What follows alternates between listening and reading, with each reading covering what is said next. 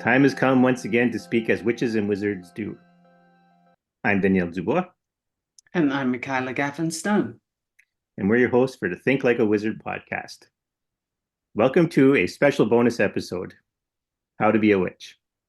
Now, this episode was asked of me, of someone who I taught spirituality, and they're now in the world looking for different ways of doing things in different traditions to see if it suits them. So that's going to be the point of this bonus episode. And so Michaela, being our resident witch. So many places to go with this. Yeah, thank you. The first thing I want to do is distinguish between Wicca and witches. It's not necessarily the same thing.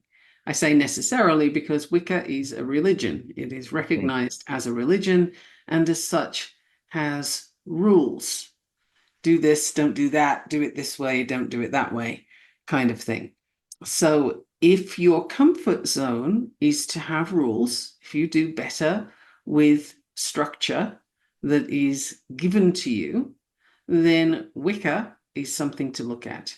They have there's the Wicca Academy, for example, that's available online. And you can do monthly membership there. You can do lifetime membership. They will teach you all the things in the world of Wicca, and that ranges from the phases of the moon, what the planets mean, how to do different practices. But it is a religion, so that is a key piece to understand. So if that's something you want to look for, and sometimes that can be a nice first step, particularly if you're leaving a very heavily structured religion, such as some of the more cult-like religions, or Catholicism is very heavily prescribed. There's a lot of things that you must do and mustn't do, and so on. So if you're coming from that, Wicca might be a comfortable first step. And you can learn all kinds of things. So once again, Wicca Academy. No, I'm not getting a kickback for mentioning them, but I happen to know that is a good space to go to. Yeah. And you can get books, but hey, if you can talk to a group of people, why wouldn't you? And if you can see what they have available, again, why wouldn't you? Then if you're looking at witchcraft itself and actually using the nature, the forces of nature that are around you. And by using, I mean kind of, it's symbiotic. It's you work together. It's not, nobody's the boss here. You kind of, and there's not a worship thing either. It's more of a communication than a worship. There's a very different sort of energy to that. And that's what I was going to ask you. What is, in your own words, what is being a witch? Being a witch is someone who is very aware of the natural forces around you. And that can be things like wind and fire and all that kind of thing. And it can be the spiritual world, and it can be all of the above. But you are basically aware that there are ways to do things that are not necessarily logical or seen as such. Right. And so that's, in witchcraft, you call it spells. When you say certain things, you have incantations to bring something about. In Christianity, you call it prayers. It's the same thing. Another religion might call it mantras or, verbal meditation practices. Like, it exists in all the different ways. It's just there's different terms for it. And historically, we've been taught spells are bad. because spells are like the hypnotist that waves a watch in front of your face and turns you into a chicken.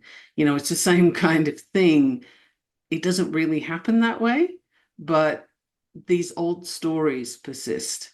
And that's why people are afraid of witchcraft. I mean, I had somebody who's very intelligent and smart, and I admire on so many levels. And this same person said to me very recently that people who use tarot Right. are bringing in evil spirits and that this is satanic worship. And I'm like, whoa, whoa, I think we're getting stuff really mixed up here, because Satan is actually a Christian invention. It's Mm. not, doesn't exist in witchcraft. Satan's not a thing. Like Yeah. Lucifer's not a thing. That's a Christian concept. So, what if somebody's listening to this and they're like getting triggered and getting afraid of Hmm. things, go investigate the things you're afraid of and just see if you can discover if they're real. Like, do you have any Yeah. experience of this? Do you know anybody that does, or have you been watching too many horror movies? I'm Well, not going to say it's the horror movie thing, right? And the well, stories. that's a lot of people's misconceptions come from horror movies and the things they see in fiction. Yeah. Like even it's the whole reason why I never want to use the title wizard, because it's like I'm gonna have to deal with all these people expecting me to do stuff that has Well, nothing there's to do there's a with lot of actually doing it. stories. Yeah. There's a lot of stories attached to any of these titles. And, Hmm. you know, you have to sort of carry on, even though it's there. I'm not even going to say dispel it, because Right. if you really want to throw your energy that way, you can, but I wouldn't really bother. But a witch is going to feel the energy in the room. Right. A witch is going to have an affinity for certain things. And that was something I wanted to bring up. Yes. If you're looking for, how do I become a witch? The first thing to do is to pay attention. If you are a witch, then you will have an affinity for something. And if you do, you need to know what it is. So, by that, are you somebody who's into divination? In which case, tarot cards are going to be interesting. Runes might be interesting. Pendulum, all these things. Do you feel drawn to a divination process? Or are you perhaps a kitchen witch, where nothing makes you happier but than to get in the kitchen and start making herbal Mm. potions and again, that brings up pictures of hubble, double, toil and Yeah. trouble, and cauldrons and stuff. Yeah. But what do you think herbal tinctures are? Cough mixtures, where did they come from? Modern medicine, where did that come from? It all came from herbs. It came Absolutely. from natural medicine. Natural medicine is exactly what I'm describing right now, and that would be a kitchen witch. So if you're drawn to spending time in the kitchen and you're into plants and potions and stuff, then that's amazing. Or do you sort of walk between worlds a little bit, more of the shamanic journey, Mm.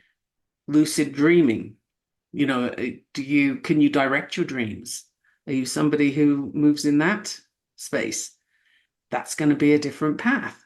So, are you into crystals, rocks? Like, you get the idea. Yeah. Basically, what calls to you? Now, there are some people who will refer to themselves as either an eclectic witch or a chaos witch. And I would put myself in the eclectic category. You could Yeah. also use chaos. I don't really Hmm. mind. But what that means is there are different things at different times. So Right. I have a bunch of things that I like to play with. Cinnamon on the first day of the month, given that this, as we're recording this, is the first day Yeah. of the you blow cinnamon at your doorstep to bring in prosperity. But be careful if you have animals, because it can be toxic. So there's a lot to know about that. So you might want to do that, and then later on you're going to have, if it's full moon, you've got water outside that's being blessed by the moon, and there's things you do with your crystals, and there's just all kinds of things, and you might not want to be stuck in just one direction. Right. So the thing that the first step is to discover, what are you interested in? And here's the thing, if none of them interest you, that's okay too. Maybe have a look at Wicca, because it will give you a little bit of things, and you can sort of perhaps get a feel from there. I'm not promoting a religion, but I'm Yeah. just saying, if you've been in one, it's recognizable as a religion. Don't make the mistake, though, of going to a group of witches and bringing the rules of Wicca to that space, because they don't apply. Right. Witchcraft doesn't have rules like that. There's a lot of jokes around about, beginning witch, and you see everything's just in the right place and measured out, and the Mm. moon's just at the right phase, and they've got the right color candle, and da da da. And then the second picture is, it's a little more haphazard, and maybe there's a mason jar instead of a fancy crucible or something. And then the third picture is a sort of cigarette and a vodka, and like, yeah, okay, so we're going to do this thing now. Yeah. And it's the sort of stages of discovering what works for you. But the Yeah. thing is, there are no rules that I can say, follow this and you've got it, because I don't know. I don't know what your path is. Mm. It's Did that interesting. bring up some questions? Well, so before doing my own podcast, I was following a few podcasts with witches in it. And one of the things that came up in the line of whatever's your thing is your thing. And one of the witches in the podcast, this was a duo, and one of them giving an example of how varied it is, said that they do. I'm trying to remember what it is. They said junk magic, Okay. as in their whole thing was the just because you're done with something doesn't mean it's useless. And instead of going out and picking fresh plants or doing something like that, they just take the garbage that you threw out that was being ready to be thrown out and repurposed it for their ceremonies if it had the capacity to do that. Very cool. I like that. And that's a wonderful example of what calls to you, right? Like, literally what calls to you. It doesn't need to be something your neighbor is doing. It doesn't need to Right. be something you've seen in the movies, or in fact, please don't. Because honestly, come on. They're not doing anybody any favors. But what does call to you? And it can be more than one thing. It can be a whole bunch of things, and it can be different things at different times. That also can be true. So, sometimes a candle is the thing that you're going to require. Depends on, if you're doing a cord cutting ceremony to get somebody out of your space, then you're going to need candles, for example. If you're wanting to prevent somebody giving you a hard time in various ways, then you're probably going to Right. do a fridge spell, which involves jars and things being written down. And, you know, if you have a bit of hair or something, that's even better. Yeah. But and they end up in the freezer. Um, that person is not going to suddenly become ill or have an arm drop off or anything like that. They're just gonna those two things I described are to have people leave you alone, to get out of your face, to stop giving you a hard time. So I'm not describing anything on here that anybody could take as being uh, black, dark, Right. negative, any of those words. This is just self-protection. Yeah. Well, trying to think. Not because I don't have the question in mind, but is it allowed? Okay. So, like, my perception of witches has kind of been the keepers of the world. So, so my work of being a wizard is very much in the connection between the spirit and the physical world, right? The material world, but not from really the perspective of manipulating the material world, but from the almost like being an ambassador between the two worlds. Mhm.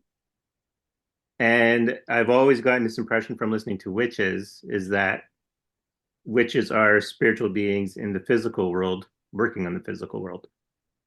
Not that they don't, deal with spiritual beings or talk with them, but the focus is the world. It's my interpretation because again, I cannot speak for Right, others, and that's which tells you that I'm not doing the Wicca thing, I'm doing the witchcraft right. thing. So from my perspective, you're literally working with what is here to Hmm. better understand what is here Right, and to facilitate other people in a good way, typically speaking. Now, right. there are those who will bring in, what about black magic? Sometimes you need to do things that are a bit Hmm. dark, that are potentially perceived by others as not being the nicest thing in the world. The thing is, it's up to the individual as to whether they're prepared to do that or not. And if anybody listening to this is considering looking at, dabbling in, getting interested in black magic, grey magic, any of that stuff, then just be very, very sure of your Hmm. motivation and your intention. Because whatever you set in motion, and you can take this in the physical world or the spiritual one, whatever you set in motion keeps going, and you will get the result of that. Like it will come to you. I'm not doing the threefold law of Right. what you put out there comes back threefold, etc. That's not it, but it is simply you don't do things in a void. You don't start something and then have it go nowhere, right? That's not how it pans out. So if you're going to start a thing, be very sure that you really want that thing to be present and created and effective because you're going to be a part of that deal. Yeah, it brings me back to the so above, so below, Right. because in the real world, right, in the material world, you're going to do things that people will consider inappropriate or not correct or even dark, but it's purely in the material world, right? Like sometimes there's days where you got to fight and there's days where you got to lay down, right? Where you got to make peace, or you got to make war and you got to make peace. But And when you bring it to the, sometimes, yes, but when you bring yes, it to the spiritual world, that's got consequences that most people can't deal with in the material world. So you're setting, yes, forces in motion, but it still has this, to make it simple on people, it still has the same connotation. Your your karmic debt is the same, your behavior is the same, but because now you're bringing in entities who are more well, it's like take Vietnam, right? When the soldiers came back from Vietnam, those who were really hardened soldiers, they couldn't adapt to the real world, to the regular world again because their use is combat. And it's the same thing when you bring in spirits whose role it is to do the quote unquote dark things. That's where they are. If you don't know how to deal with them, you can't bring your space back to normal. yeah. And there are so many different things that, one person might categorize as darker than another person Mm-hmm. would categorize. So rather than sitting in judgment of anybody who practices gray or Mm-hmm.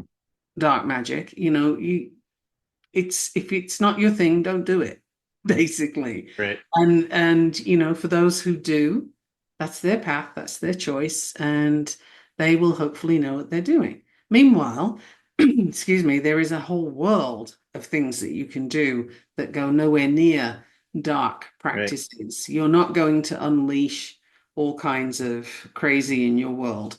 And unless you get cocky and, stretch your experimentation, shall we say, further than you can handle.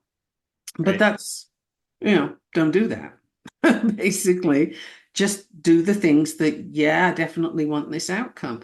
And we have mentioned this part before in a podcast, the whole love spell thing. Yes. My personal view on that one is just don't.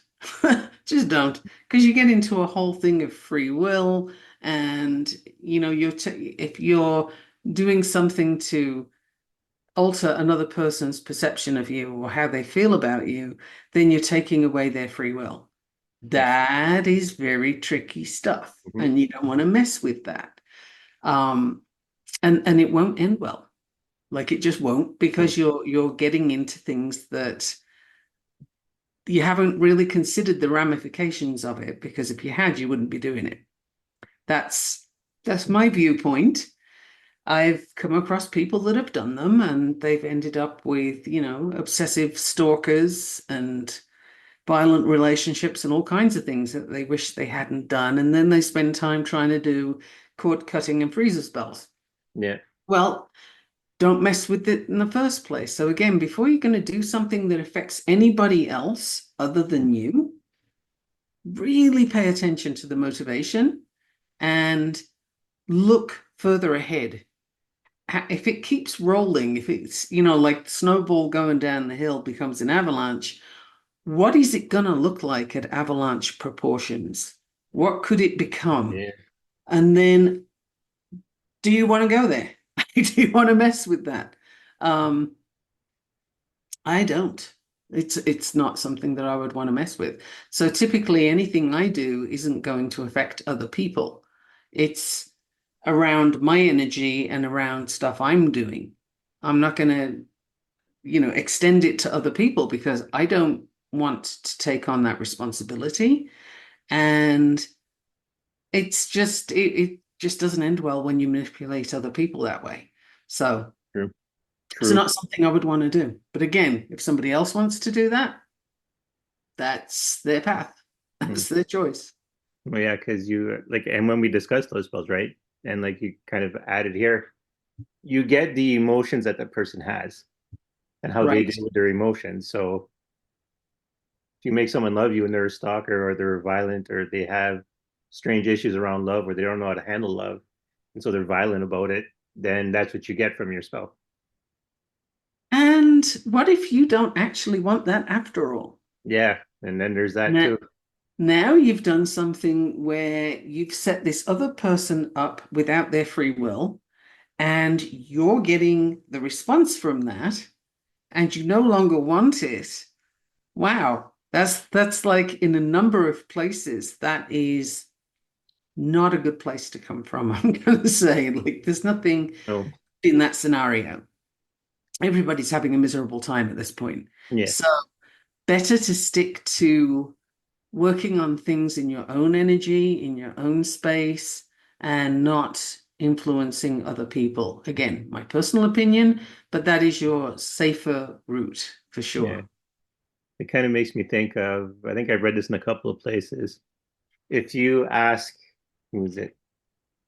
If you ask Aphrodite, or if you ask, and I think it's pronounced Easter, but I've always pronounced it Ishtar. There was a movie made on it. But the Babylonian, well, she was the goddess of beauty, and I think of harvest and stuff like that. Them, to my understanding, is if you ask them for love, they're very picky. They'll give you love, but the minute you step out of line, there's hell to pay. So going with you better make sure you love the person. But also, Yeah. if you do, why would you want to take away their free will? Well, that's the thing, right? It's the like I said, So that it's those two rituals have consequences of if this is not the person you love and you step out on them, you cheat or you go and be unfaithful in any way, shape, or form. That's built into the spell of there's consequences directly to you that those goddesses will impose upon you.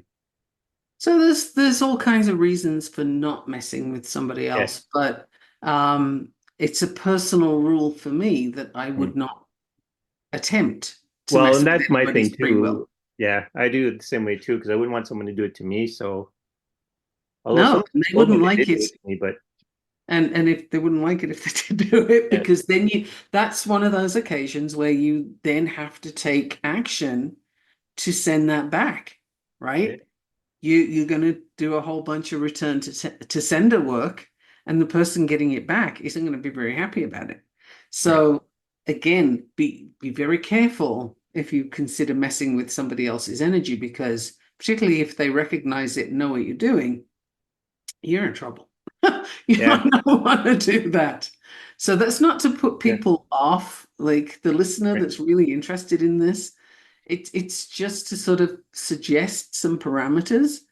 Hmm. If you don't understand it or you're not clear on your motivation, don't dive into it. Yeah, Just do a little more investigation and really see what do you want. But if you're looking for uplifting energy, if you're looking for Mm. clarity, if you're looking to improve your communication, or have your communication clearly received, those kind of things, Mm. that's great. You can work on that all day long, and you're not altering anybody's free will.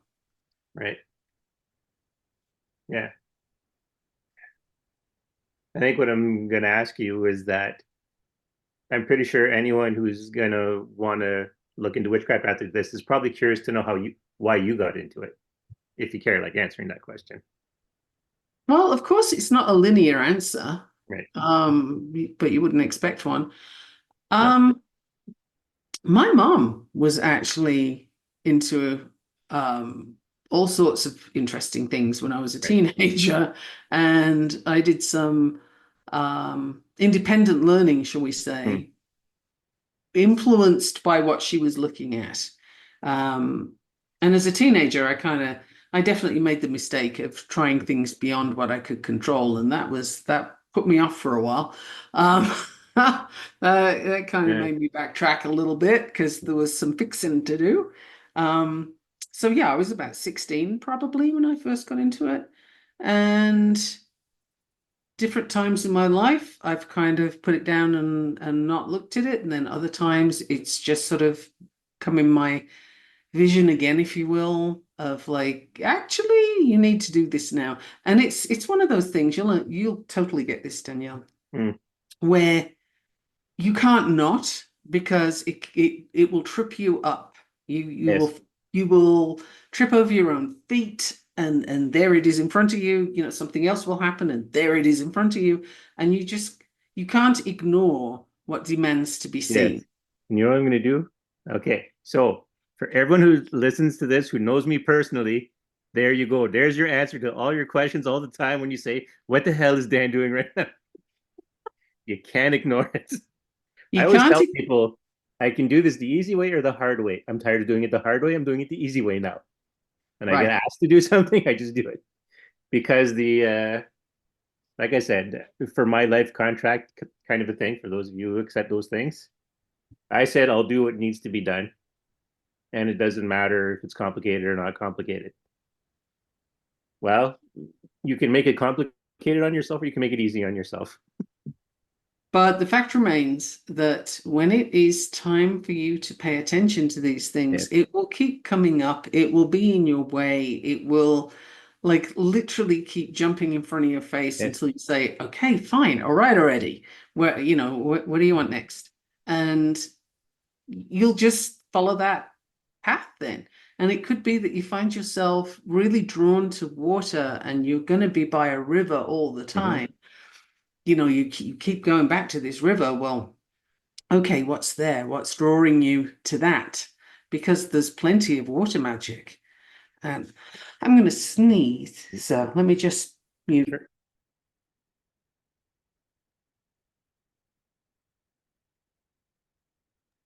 That was so interesting. Yeah, it looks like a good sneeze. Ragweed from the river, I think. Uh, And no, I'm in the mountains, people. I'm not near a river, but it yeah. just got me. Yeah, sometimes you can be really drawn to a particular place. Well, if that type of place, whether it's mountains where I live right now, or whether it's river or ocean or what is it? What draws you there?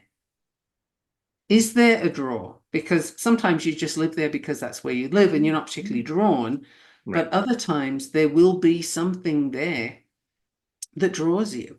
Or are you somebody who, you wish all summer that you could have a bonfire every night, but it's too hot? So you'll settle for a barbecue, for example. Right. Are you somebody who is fascinated by fire? Well, you might be a pyromaniac, but you also might be somebody who has work to do with fire, with Yes. burning, and that can be all kinds of things. Herbs can come into that again. And Candles also have fire. There's you know what? lots of aspects to that. I'm going to throw something in there to go along with that. This is something that surprised me when I first started working with plant spirits. My Mhm. older sister loves fires. And so she was cleaning brush and stuff at her cottage. There's a big fire. But when it was done and there was like just the ashes remaining and stuff like that, what surprised me was that the plant spirits were like staring at the pile of ash the same way like a hungry person stares at a steak. And I'm like, what the hell is this? Like, why are you guys so entranced by this? And my sister of all people, because I asked the question out loud, said, well, when you think about it, right? Plants and that and forest fires, all those forests all renew themselves after the fire. And it's everything's broken down into nutrition after them for them. So they're going to look at it like food, even though, yes, it's another plant, but it's not the same species. A tree being cut down doesn't affect a plantain, because that was my lead plant spirit was a Plantainus majoris, whatever. Anyways, I know I went silent on that one, so you probably didn't hear the name of it, but it's not the same species, right? Like it's one thing to look at another human being be killed, and it's another thing to look at a gorilla get killed, and it's another thing to look at a wildebeest be killed. You feel bad, but it's not your species, so it doesn't have the same impact. It doesn't kick on the same reflexes. And so it was weird, but your fire and plants do have a connection. Absolutely. Yeah. In fact, they are necessary together. I mean, forest Yeah. fires, people lose their minds every year over forest fires. And that's a sort of a yes and a no. And before anybody gets really vexed at me, just listen Yeah. for a moment more. And then if you want to be annoyed, you can. But forest fires are natural Mm. and they occur for all kinds of reasons, but usually it's something like a lightning strike. And the forest burns, and then you get a renewed forest. It is not Yeah. natural for it to go on unendingly, typically But speaking. Now, you do have a problem when idiot people will come and set a fire just for the hell of it, or, whatever idea they have. I saw one where somebody did a gender reveal and caused a forest oh fire. yeah, Good I heard that grief. one. Please get a brain. But anyway, one between you would be good. Mm. Um, but those kind of things, of course, that's not okay. That's not good. And if your house is in the way, then of course there's no good scenario to that. But the objective fact is forest fires are natural and they happen. And it's part of the circle of life for the trees and the plants around them. That's what Yeah. happens. If you cut a tree down, you'll have other things growing up that grow at different rates. And there's a circle happening here. So absolutely, fire is an integral part there. It's not bad. Sometimes it can be damned inconvenient and it can total your house and all Yeah. kinds of things, but it is a natural phenomenon, whether you like it or not, just like floods. Mm. There's terrible floods happening right now all over the place. Well, first of all, ladies and gentlemen, Mother Nature is pissed. Mm. And that's the way it is. And there's an awful lot of work to do to make that better. And I don't think I'm going to see it in my lifetime.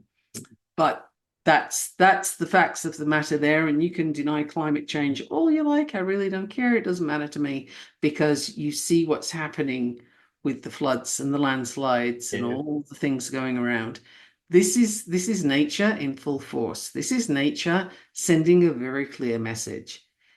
Does it mean I Yeah. don't care about any of it? I care very, very much about it. Yes, I really, really do. But, you know, just thoughts and prayers kind of stuff. Mm.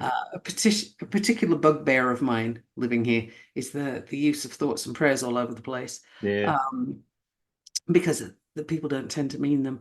But anyway, that's not going to fix the problem. No. It But might. you brought it up, right? Because there was, I don't know what meme it was, but people were writing thoughts and prayers in, what was it, in principle or something like that, or in.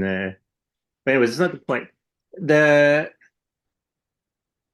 There's research on it, right? That if people actually put their intention towards doing something, you'll actually get a result. If enough people, and actually through personal experimentation, I found that if enough people put their focus on something, you can get something done. Yes. The thing with the thoughts and prayers, with the memes and what have you, is Mm-hmm. that people don't typically mean it. Sometimes they do, Right. but they often use it, particularly in the US when there's been a school shooting, and the people who are pro-gun will respond with thoughts and prayers. This happens all the time. It's a well-known thing.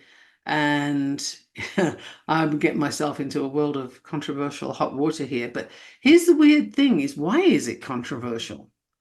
Like, I don't understand why saying school shootings should not be happening and too many people have access to guns that have no business having access to Mm. guns.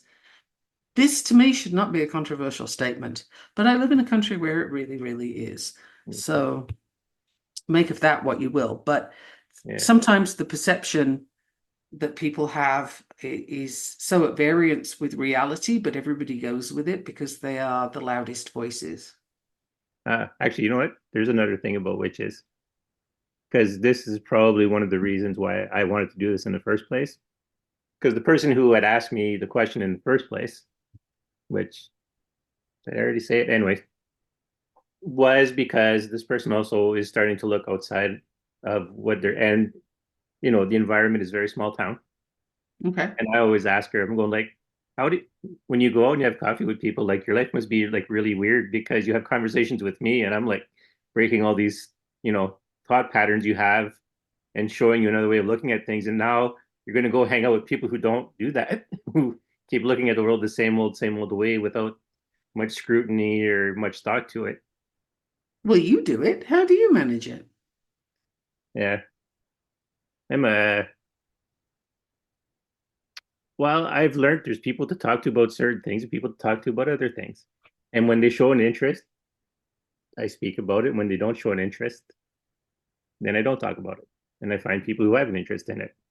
And And I that's do pretty podcasts. much Yeah. that's pretty much how anybody goes through it, Yeah. I would say. We had house guests a couple of weeks Mhm. ago, and I had not met them before, Right. these people that were coming to stay. But the woman, when she came into my space where Hmm. I'm talking to you from right Yeah. now, and she walked in and she said, "Oh, wow, the energy in here. Ooh." And then she started looking at crystals and stuff and very carefully didn't touch any, I noticed.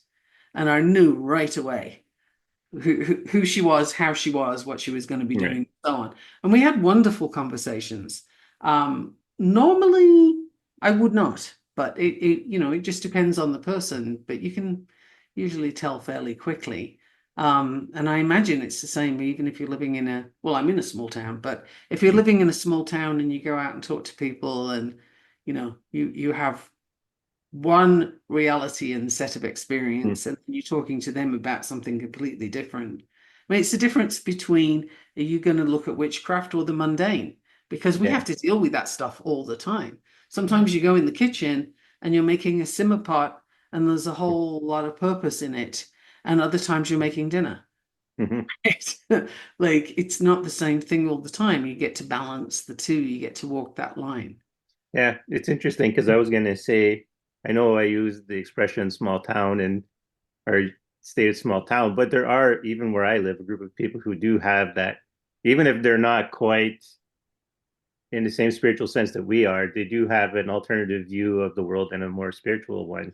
So that's kind of like I've had interesting conversations with people who are like very like born again Christians, but who have like more depth in their. So it's actually a pleasant discussion versus just do this, do this. It's more of a, well, here's the passage, but here's how it's, here's how it's come down. Here's the quote. Here's the whatever the original meaning of it. Like I've had in small towns these kinds of conversations. It's just that's not the majority of conversations. But I would argue it's probably not the majority of conversations anywhere you go. So Right. Yeah. No, I think that's quite fair, unless you happen across a community in some wonderful way.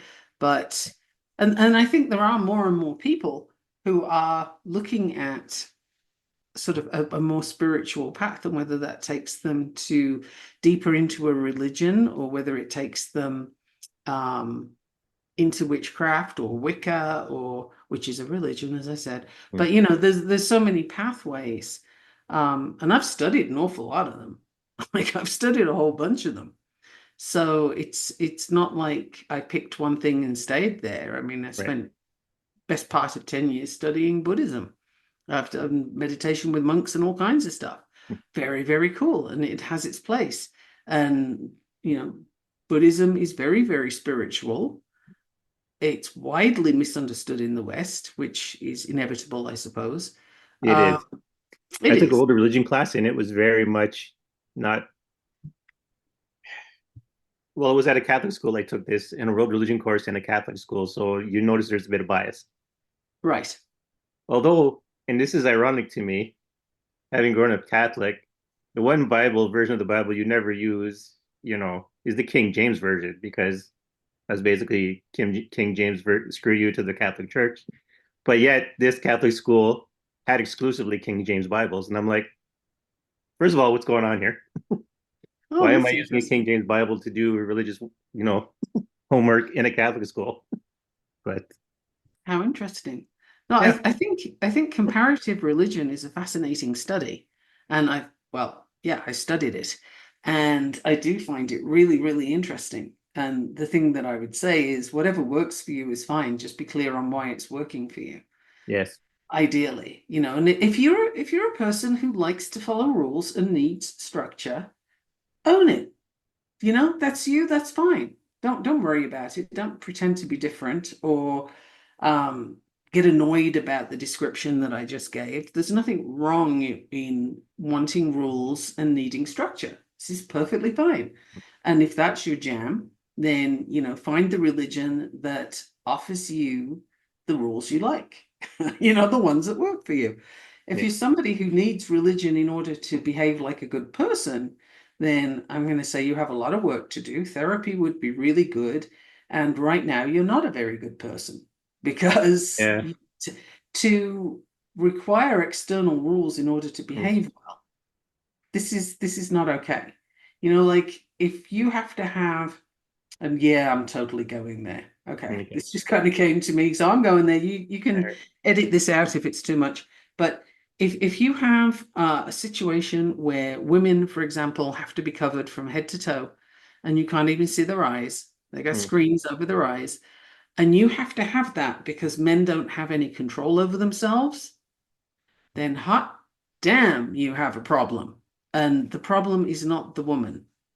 The Well, I was problem going to is say, yeah, the problem is the expectation that only an external control, such as being covered head to toe and strict rules about who can travel with whom, only that is going to keep a person safe. yeah. Really? There is work to be done. Well, it's a damning statement about your culture. It really is because, thank you for mentioning that, because here's the point too. That description I just gave you of the Mm. clothing is not a religious thing. No, It's a cultural thing. yes, It is I am nowhere very aware of written. that. It is nowhere written that women must be covered like this. No, That is not a thing. It yeah, is a cultural thing. yeah, And that is a very problematic culture where there's no personal responsibility, particularly for men in this case. And you got work to do there. So if that's what you need for rules and regulations, then I'm going to suggest therapy. yeah. Well, the closest thing I've ever found for that, including even not just but in Islam, but is in Catholicism too, and I'm imagining this extends in Judaism since they come from it, is that both are supposed to dress modestly, Right. not just one, and not one completely covered up, just modestly. So that's Yeah. what it's kind of. I mean, I don't think it's a shock to anyone about this podcast now that we don't endorse religion. We say Right. if you want to start there, that's fine, but don't limit yourself to it. Like that's pretty much been the stance of the show, and it still is. It's a Well, place it's to an start. application. Here's the thing with religion is the way I see it, and yes, I'm speaking on my own behalf here. I'm not like standing up for all witches or whatever like that. So, don't go tarring everybody with the same brush. But religion is basically it's a control system where you follow a set of rules and you don't get to think. And some of the more cult-like ones, such as, oh, I'll go Jehovah's Witness for a minute. You look at these types of religion, and everything is very much prescribed as to how it's going to go and what you're going to do and when you're going to do it. And you don't actually get to think. You don't get to make decisions. And I have known people that have been booted out of their church, booted out of their religion because they asked questions. There's one woman I know who was raised as a fundamental Christian, Right. and she started to question it. She was raised this way, born and raised in this. And as she reached, I think, her early 20s, she Right. started to question, well, why is that the case? Why is it like this? Why is it like that? And she was told, you cannot be here if you're going to ask questions. And she was booted out. Now, that's the Yeah. equivalent of throwing you out of the tribe and Hmm. giving you to the saber-toothed tiger to eat. Yeah. That's, to your brain, to your primitive brain that's trying to keep you safe.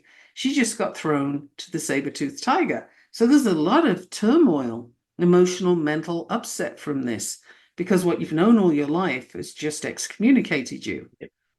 That is a very big deal. Now, I ask you, what kind of people do that?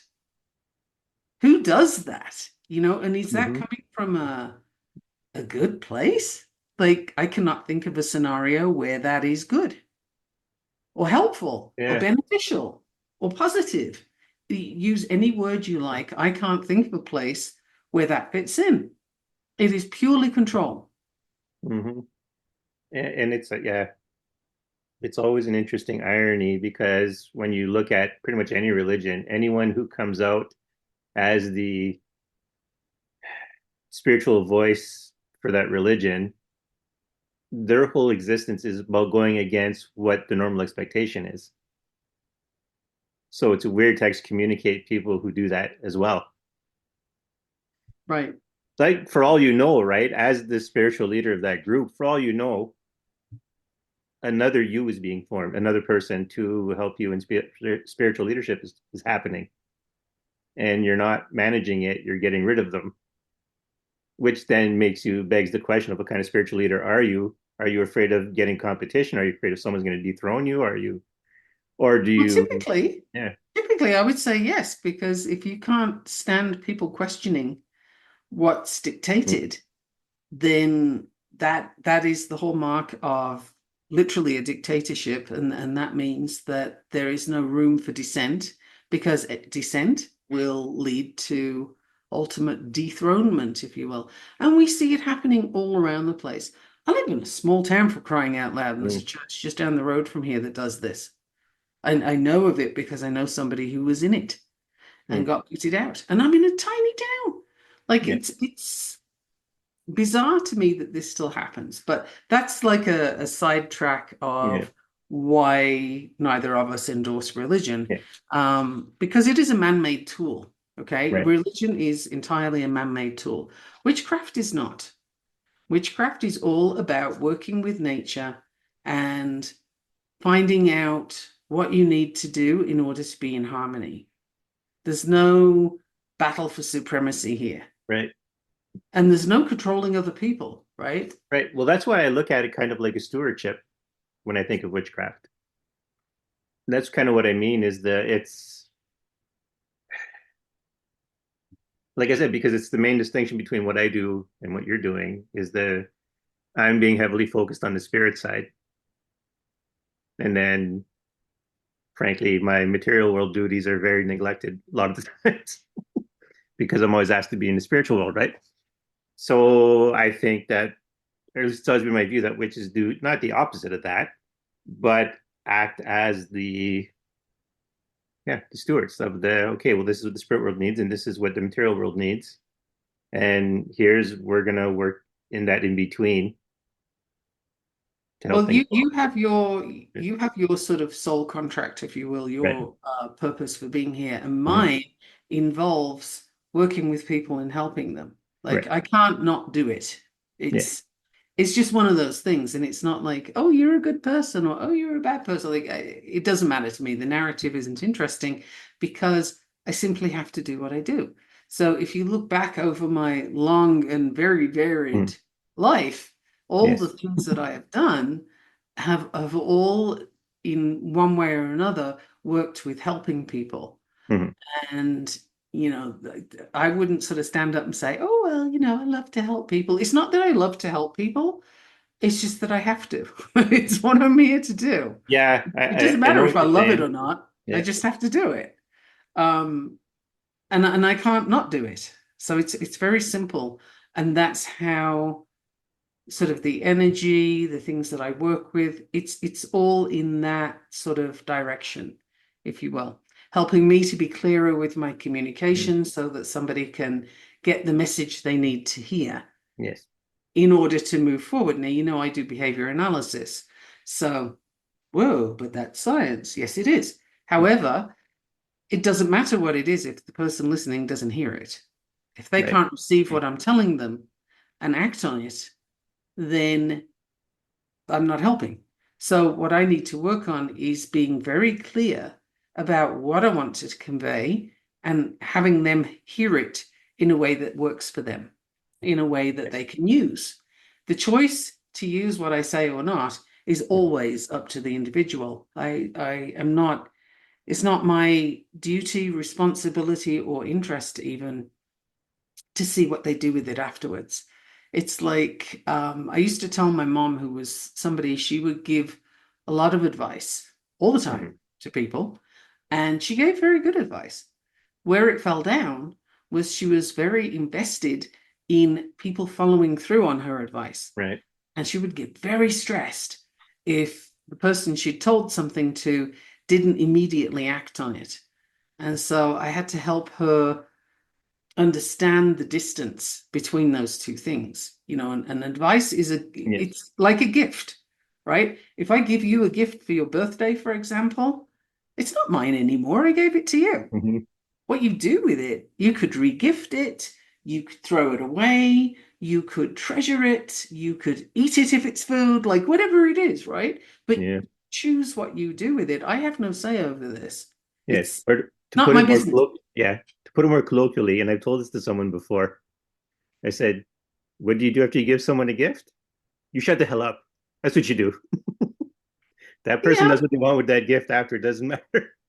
yeah, Now, it's yeah, no longer yours. that's right. You And gave it away, and now it's theirs to do with what they wish. So you have yes, no you have no power over it anymore. You gave it away.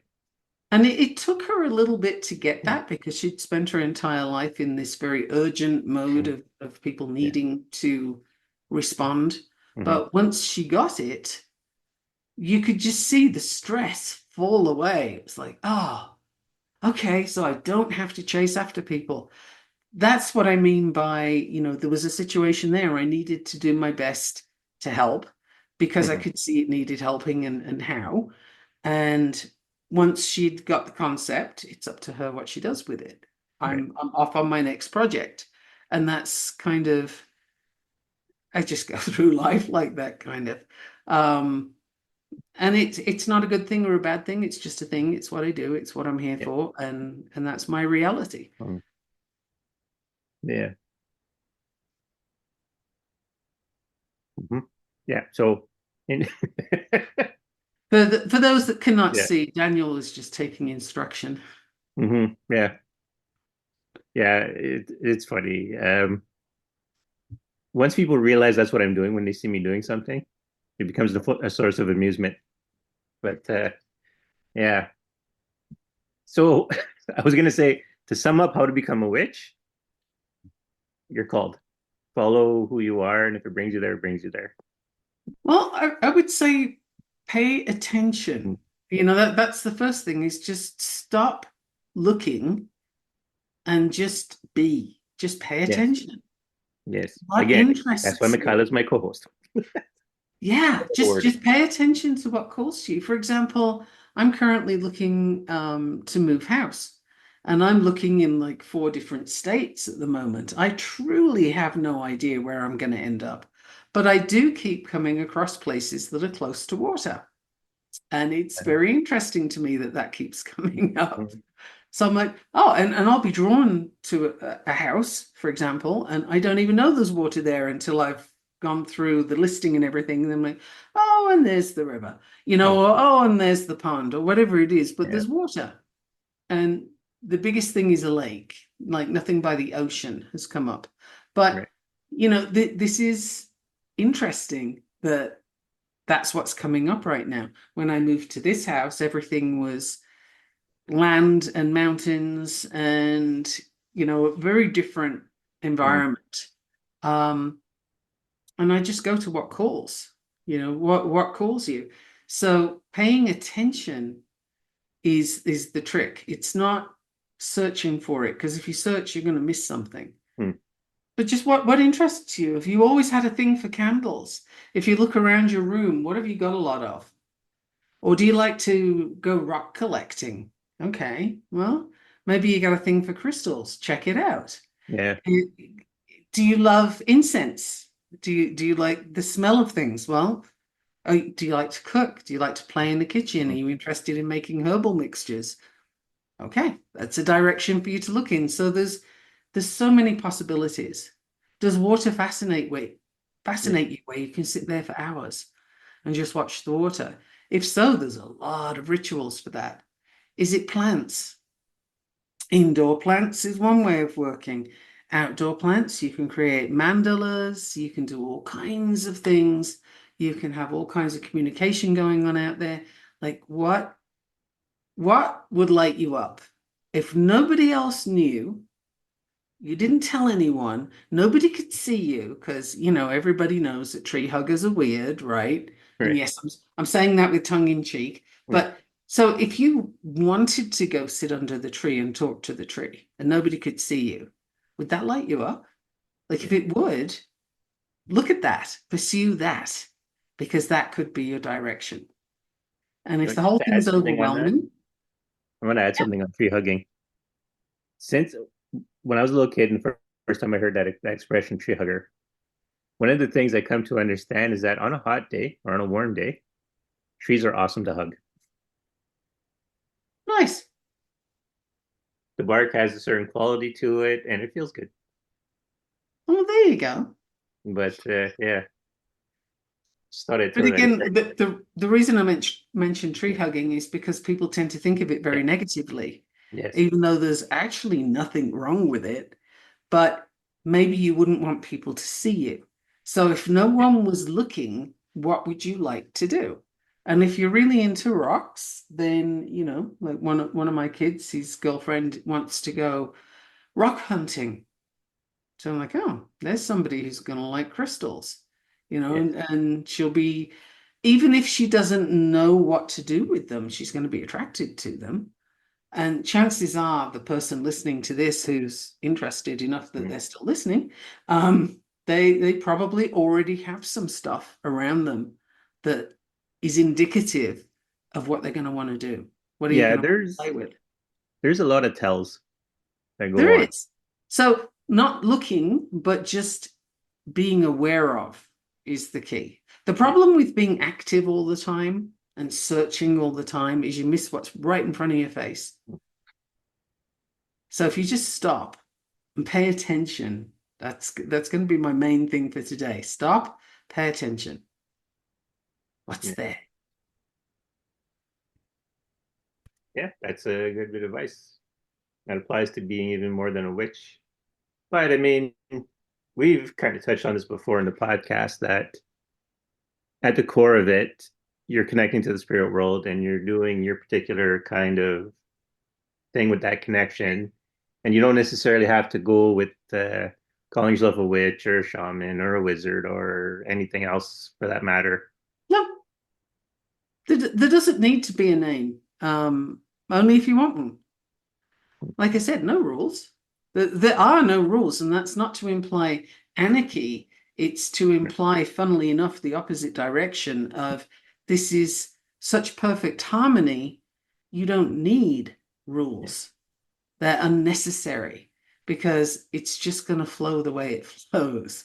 Like I can't put it clearer than that, unfortunately. I need to get my crystals in order for some more clear speech. But Mm. basically, you don't need rules when you've achieved that level of harmony. Right. It just isn't necessary. So, thinking of, well, no rules, it's anarchy. Wow, everybody's going to go crazy. Hey, you missed the point. You missed the Yeah. point. You're looking in the wrong direction. Yeah.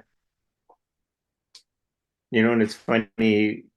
I'll share this with the audience. When I said this is going to be a bonus episode, part of my brain goes, well, so it's not going to be as long as a normal episode because it's a bonus episode on a very specific topic. But as we're doing it, and because at first it kind of felt like, there's clause in me holding on to everything and saying, okay, that's it. You can't leave this zone. You're stuck here. We're clawed in, you're hooked on. But if you've listened to this season, you know that that's never ever going to happen. There's never going to be stopping and being stuck in one topic at any time.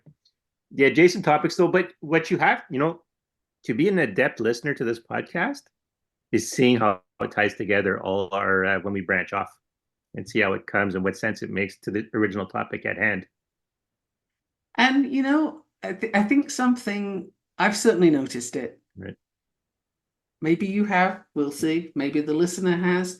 But from the very beginning of me working with you on this podcast, you have sort of had ideas about how it's going to go and what it's going to look like, and it never goes there. That's right. And I would say that is the point of having me here, is that it's not meant to go where you think it's going to go.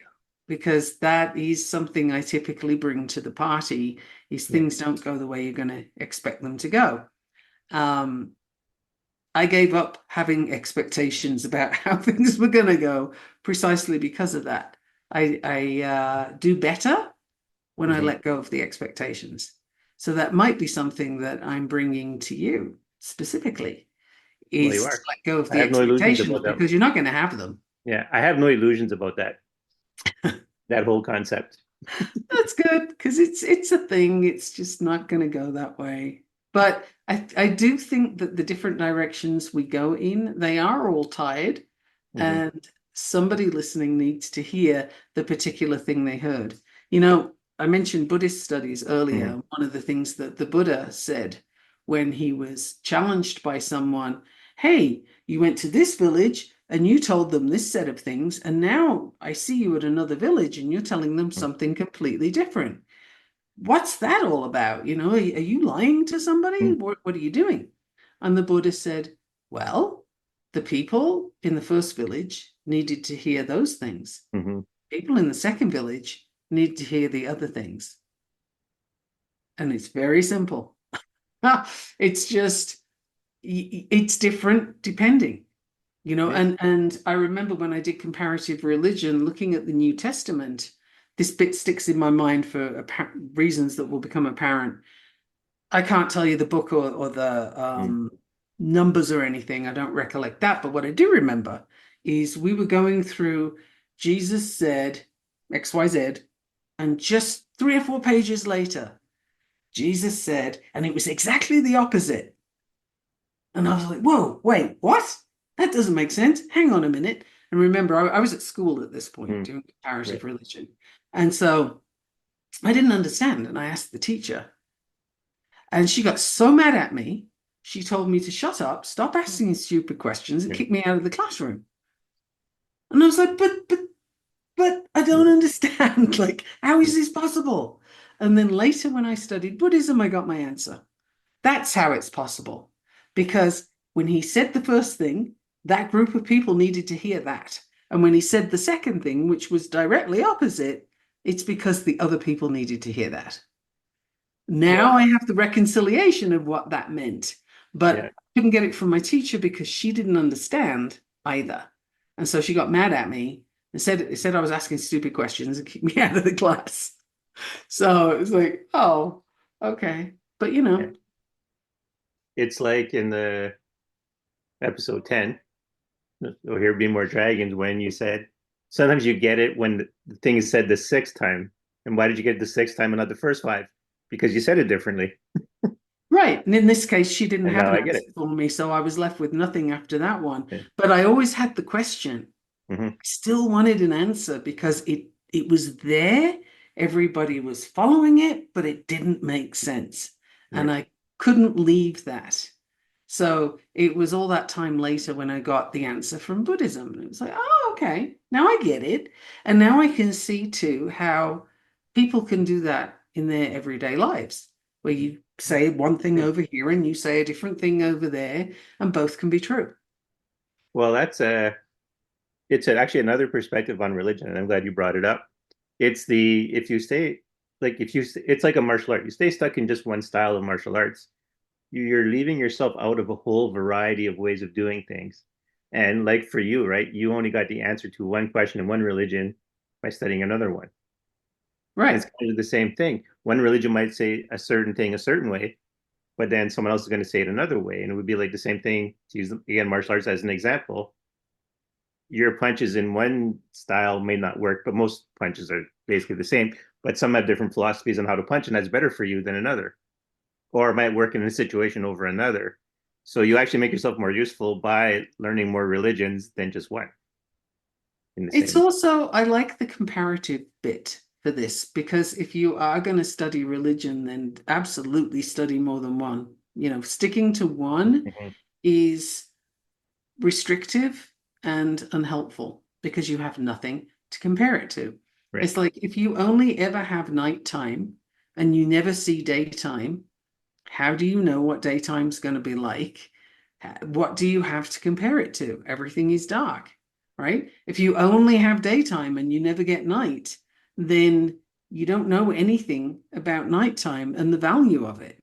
Mm. So you're missing half of reality that way. So with religion, it's like if you only look at one, if you're really interested in religion, the question's got to be why. What are you looking for? And again, if it's the Mm. structure and the rules and da da da, okay. Belonging is something I have found is Yeah. frequently the draw. And the number of people that I have come across who have become born again Christians after a very traumatic experience is huge. Mhm. I have come across that frequently because that person's had this massive trauma and they're looking for somebody to tell them they're okay and they're looking for a place to belong. Those born again Christian groups are perfect for that. They will absolutely, yeah, come here, we got you, and you're saved and you're all these things, and here, have a cup of tea, and they're gonna, look after you so long as you're in their group doing things their way. But if that's the trade-off, then, there you go. But what are you missing? Mm. Maybe that's a port of call for a while, and then start looking around and just what else is possible, what else is out there. Because, you find one thing that works for a bit doesn't mean you have to stay there. You're not a Yeah. victim for life, right? And that Yeah. touches on another podcast that we've done. Yes. But you don't need to stick in the victim energy. And so if belonging is what you want, well, you could set up a knitting club. Like, Yeah. what else could you do? Again, Wicca might be good for that. Mm. Witchcraft, not so much, because there are covens, there are Mm. places where you can come together, but it's not, it's more of a nomadic existence than Mm. not. Um, you know, it varies. Experience will vary, but typically you're not going to have this sort of comfortable place to go to once a week where everybody has tea and cookies. It Yeah. doesn't go that way, by and large. Yeah. It's belonging is an important part of religion. In fact, I Oh, would massive. argue there would be no religions if not for that. It's huge. I mean, that is the stick, if you Yeah. will, that you get beaten with. Mm. Now, to mention purgatory, for example, I happen to have studied a little bit about Right. that. That became in existence. That was not always a thing.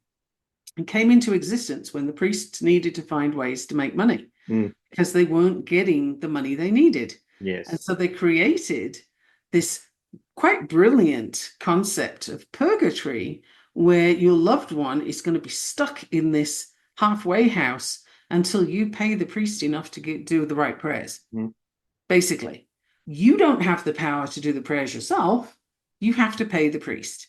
And you can look this up in history books, wherever you like, you will find it. It's a thing. I did the research. And that's a man-made thing, right? But this belonging, you wouldn't question the validity of paying the priest to do this. You want your loved one to go where they're supposed to go, right? Which is Right. they're going to go off to the version of heaven that you understand to be a thing. And Yeah. you're not going to push back against the community that tells you this is the path you take, right? That's just the way it is.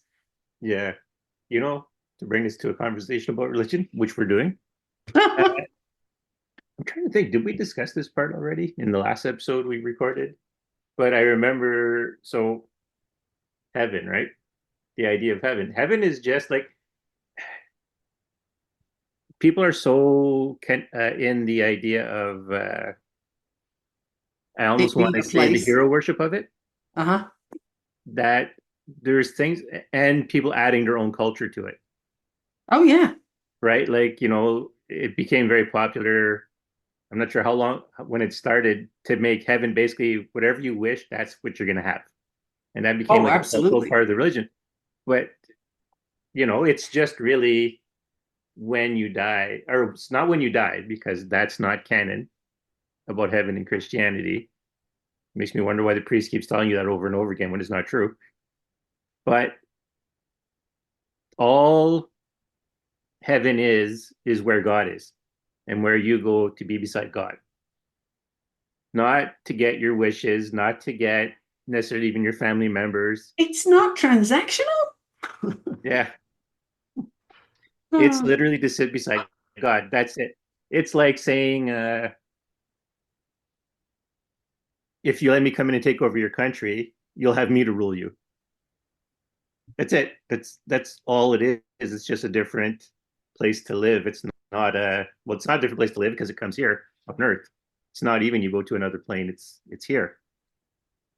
So, but it's not you're necessarily getting like if you believe in God and if you believe God is the final authority on spirituality, then yes, you're going to a more spiritual place.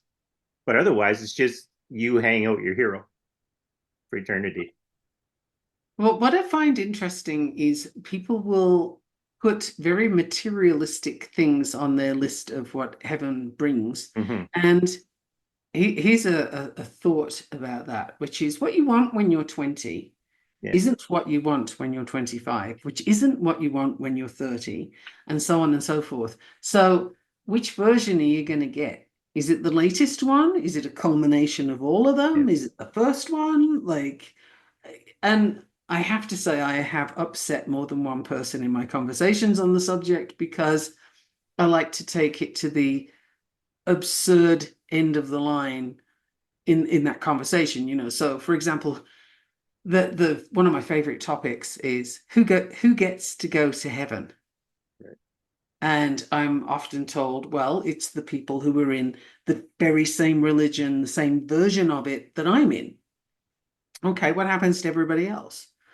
What if they haven't heard of your version? Mm-hmm. What if, and then I get into the whole, what if it's a stillborn baby? What if it's somebody who's mentally handicapped? What if it's, and I go into all these things and I've had stuff thrown at me before now for Right. these conversations, but it's because I want to make the person think. Mm-hmm. If you're going to spout this stuff and expect other people to go along with it, then think it through first. Is this really like, are you sure of your ground on this one? Is this, yeah, are you going to go with it? And if the answer is yes, okay, then be prepared for people like me to come and annoy you. Uh, because it's what I do. Oh, and Yeah. one of my favorite questions Yeah. is, well, okay, if those people are going to go to heaven and they don't like me and I don't like what they stand for, then is that hell for me Yeah. to go to the same place as them? And yeah, that's another point where I usually get something fairly heavy thrown at my head. Well, But that's the thing, right? it's a I think, question worth asking, right? yeah, Who gets to go where? I tend to look at or ask this or present it this way. Many parents I've listened to, my own included, saying that if their children can't be in heaven, it's not heaven. Okay. So that made me ask the question of, well, so if heaven is, well, it actually led me down a huge rabbit hole. If going to heaven is about getting everything you want, so what if you want someone and they don't want you? So if your idea of going to heaven is being married with person A and person A doesn't even want to give you the time of day, but now you're in heaven, so you're getting everything you want. Then you get them, but they don't want you. So is it now their hell?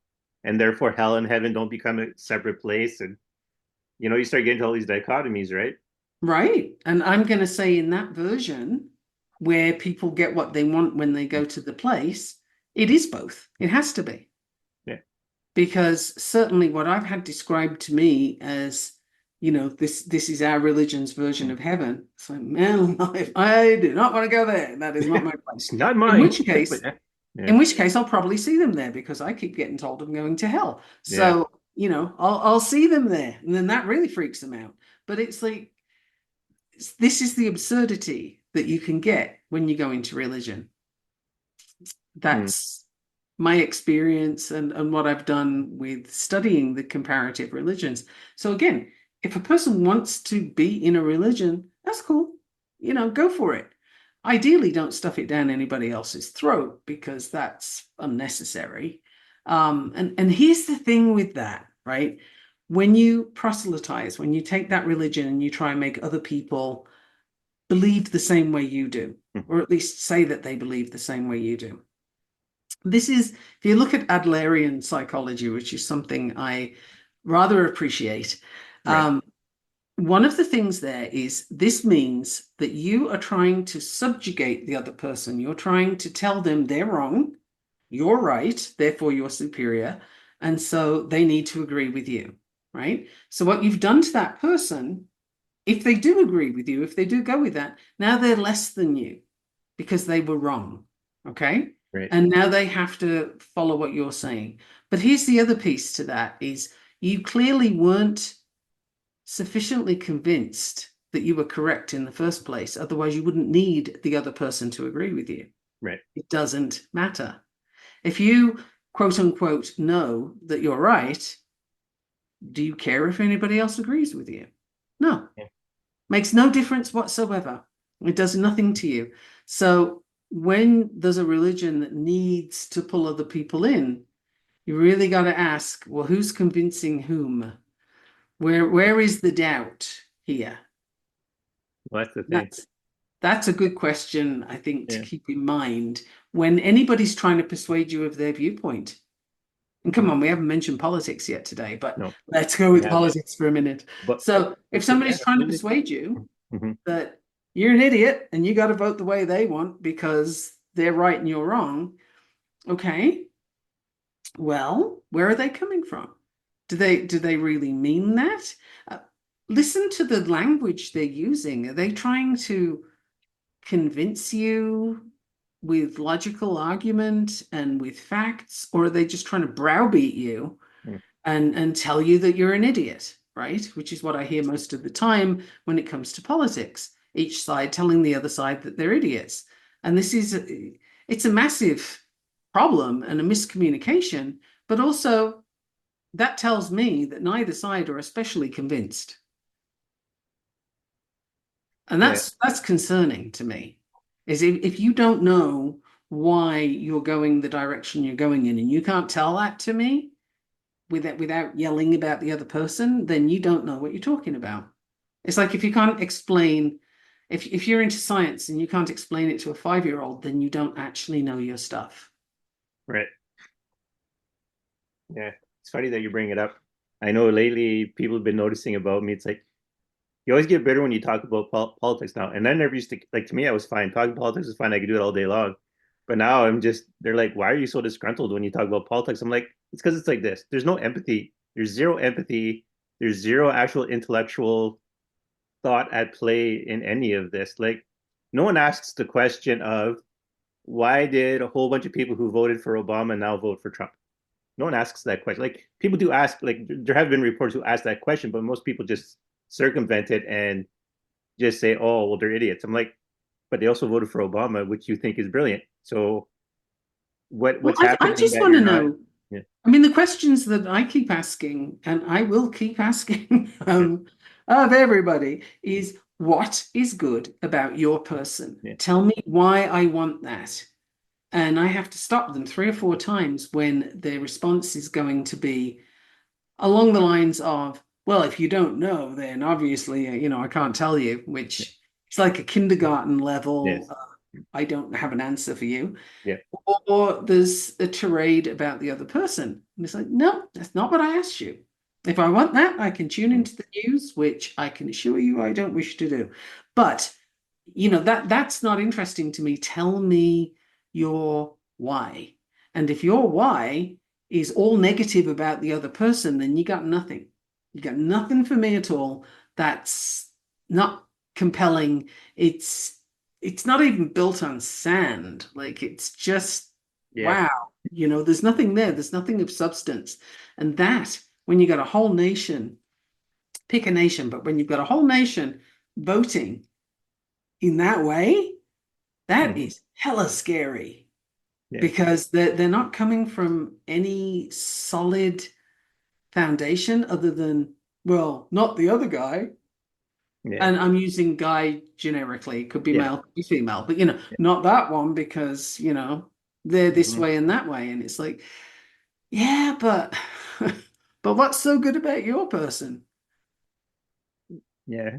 It's interesting because I even think like here in Canada, we just recently had a call for a non-confidence vote and it didn't go through. But the whole basis for the non-confidence vote was the slogan of axe the tax, the carbon tax. And I'm like, nobody cares about the carbon tax. No one really cares. It's just a political talking point. You had 50 million other things you could have used to get the non-confidence vote, but you went with the carbon tax. So you didn't really want to get the guy out. You would The have other kept it thing more is, solid. the other thing is the different parties there have different reasons for keeping him in right Yeah, now. Some are taking their time to push certain agendas through right. NDP, and Mm-hmm. others, and that would be Bloc Québécois, for Yeah. example, want a little more time so Mm-hmm. that they can really consolidate their position and probably take Quebec. Yeah. So, there's different parties have different reasons for keeping him where they are. Again, these are not good reasons, No. as in they're not helpful for Yeah. people. It's like a chess game for politicians and nobody else is invited, except you all get shafted on the way. Yeah. But, it's the machinations that are going on globally right now are Mm. unbelievable. And people are being distracted by so many things. And one of the most pernicious arguments that I see these days, and I suspect bots, right? Like, I'm not sure, but I think there's a lot of bots involved here, where they put out a sort of straw man argument Mm. where, well, if you have student debt forgiveness, then we can't Yes. home, Right. we can't build homes for For the veterans. V. Yeah. And it's like, what the ever-loving blazes are you talking about? These two things are nothing to do with each other, but people will jump Yeah. in and start yelling about the one that they're most attached to. And they're not looking at this is a non-argument. It's nothing. It means nothing because nobody's doing anything about either of those things anyway. But even if they were, it's not pie. You could do both. Yep. So it's literally there for nothing other than distraction. And people are being distracted Yeah. all the time. I see stuff, it's like every second or third post almost is in social media is going to be some kind of distraction. And it's like, can you not see this? Am I seriously the only person looking at this? I can't be. No, and But that's the thing, right? But a lot of people are stuck with the idea of if I don't vote for these main parties, my vote doesn't count. So a lot of people are still hampered by that one. and you also get the mistaken Mm. group that say, I'm not going to vote. Yeah. Well, yeah, you did. You don't get to escape your responsibility that way. And that's kind of a coward's way out, honestly. You need to take a stand. But Yeah. finding that stand can be quite a process. And you can apply this, it's not just politics, you can apply this anywhere down pick a direction in life. It's just this Mm. year and next year, it's going to be politics, right? Here it's the US this year, and it'll be Yeah. you guys next year. Yep. And good luck with that because it's a hot mess there too. Yeah. Well, being politically homeless is hard at this in this day and age.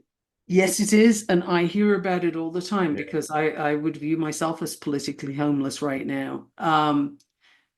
I have no doubts as to what's wrong with each Mm. side. And I'm pretty clear on that. Yeah. I'm just not happy about either of them. Like, and I'm not happy that I'm not getting anything concrete from anyone I'm talking to on the subject about why go this way instead of that way, unless they're coming at me with a very judgmental, Mm. well, are you smart or are you stupid? because if you're smart, you'll go this way, and if you're stupid, you'll go that way. And it's like, whoa, what level did we get to again? That's kind of kindergarten grade one kind of level. Yeah. Well, because especially for you guys in the States, it's like even worse because you have neocons backing neoliberals. I'm like, what Yeah. the hell is that? Why is like, and the neoliberal is happy for the No, neocon back up. And I'm like, hey, listen, the like the whole Dick Cheney backing Kamala, it's like he was history's worst villain up until like pretty much they decided everyone hated Donald Trump. And then suddenly it's all a the shitty short things he memory did. thing, right? Yeah. But there's a short memory thing going on. But there's also people are picking a particular topic and everything counts, everything's based on that. But I don't think you can do that. There's so many other subjects to look at. So yeah, yeah, I'm certainly not getting the answers I want, and I don't suppose I'll have them Yeah. by November, but I will make a decision at the time because to not vote is a very cowardly way of voting. It's It's still a interesting. vote. Yeah. But just to throw it out there, in the US, you can pick a party. You can say I'm affiliated to this party or Right. that party, and so then when they're choosing their candidates, you get to put a vote in. You get Right. to have a say, right? I did not do that. I said I am unaffiliated. Mm-hmm. I am not attached to either party. So I get information about both, but I don't get to vote for their Right. candidates. And that's fine by me. I'm Yeah. perfectly okay. But I get all the information instead of just one side, which is Well, what happens if you're affiliated. yeah. And that's weird because I see it even here. Like sometimes when people say, why are you so down in politics? I'm going, okay, here's the deal. Listen to the same thing you just listened to the discussion of on your political side. Listen to this discussion discussed from people on the other side and Uh-huh. see what they say. It doesn't happen. As far as I know, I'm the only person that I know in my circle of people who does that. It's not Well, fun, and it's not like I'm interested all the time in watching Fox News or necessarily like MSNBC or whatever all the other things are, or even going on YouTube and listening to independent, journalists from each side. It's not like it's fun all the time, especially when you rapidly disagree with someone's take. But it's like you listen to it because you want to see what are you missing, mhm. from the conversation. Because I've listened to people make decisions on things, and it's like, okay, well, if you would have watched these guys, you would have known that this candidate that you think is glowing, well, you might have missed that also their programs hurt black people, or even to just go historical, right? Abraham Lincoln, the Emancipation Proclamation, was great for slavery. In that same time, hung a bunch of Native people. So it's like, and someone of indigenous ancestry, it's like, well, that's awesome, It's very selective. right? Yes. But if you care only about the one group over another group, you miss what happened to the other group. Yes. And I think that goes back to what I was saying Yeah. about, it's not pie. You don't have to care only about one group and not the other group. I think you saw my post I had the orange post for every child Yes. matters. Mm-hmm. And then I also put a picture of a very obviously Jewish child Mm. next. Because I didn't see right that now, one. what we have going Yeah. on is a situation where one group is being othered Mm-hmm. and the other group were othered. And now that they sort of, the indigenous people are getting this sort of recognition, which seems to be an awful lot of lip service, frankly. I see a lot of virtue signaling around that time. Yeah. And that's why I intentionally did things the way I did them. It was like to say, yes, and this group. Mm. It's Yes. funny, Not taking away from anybody because it's not pie, right? right?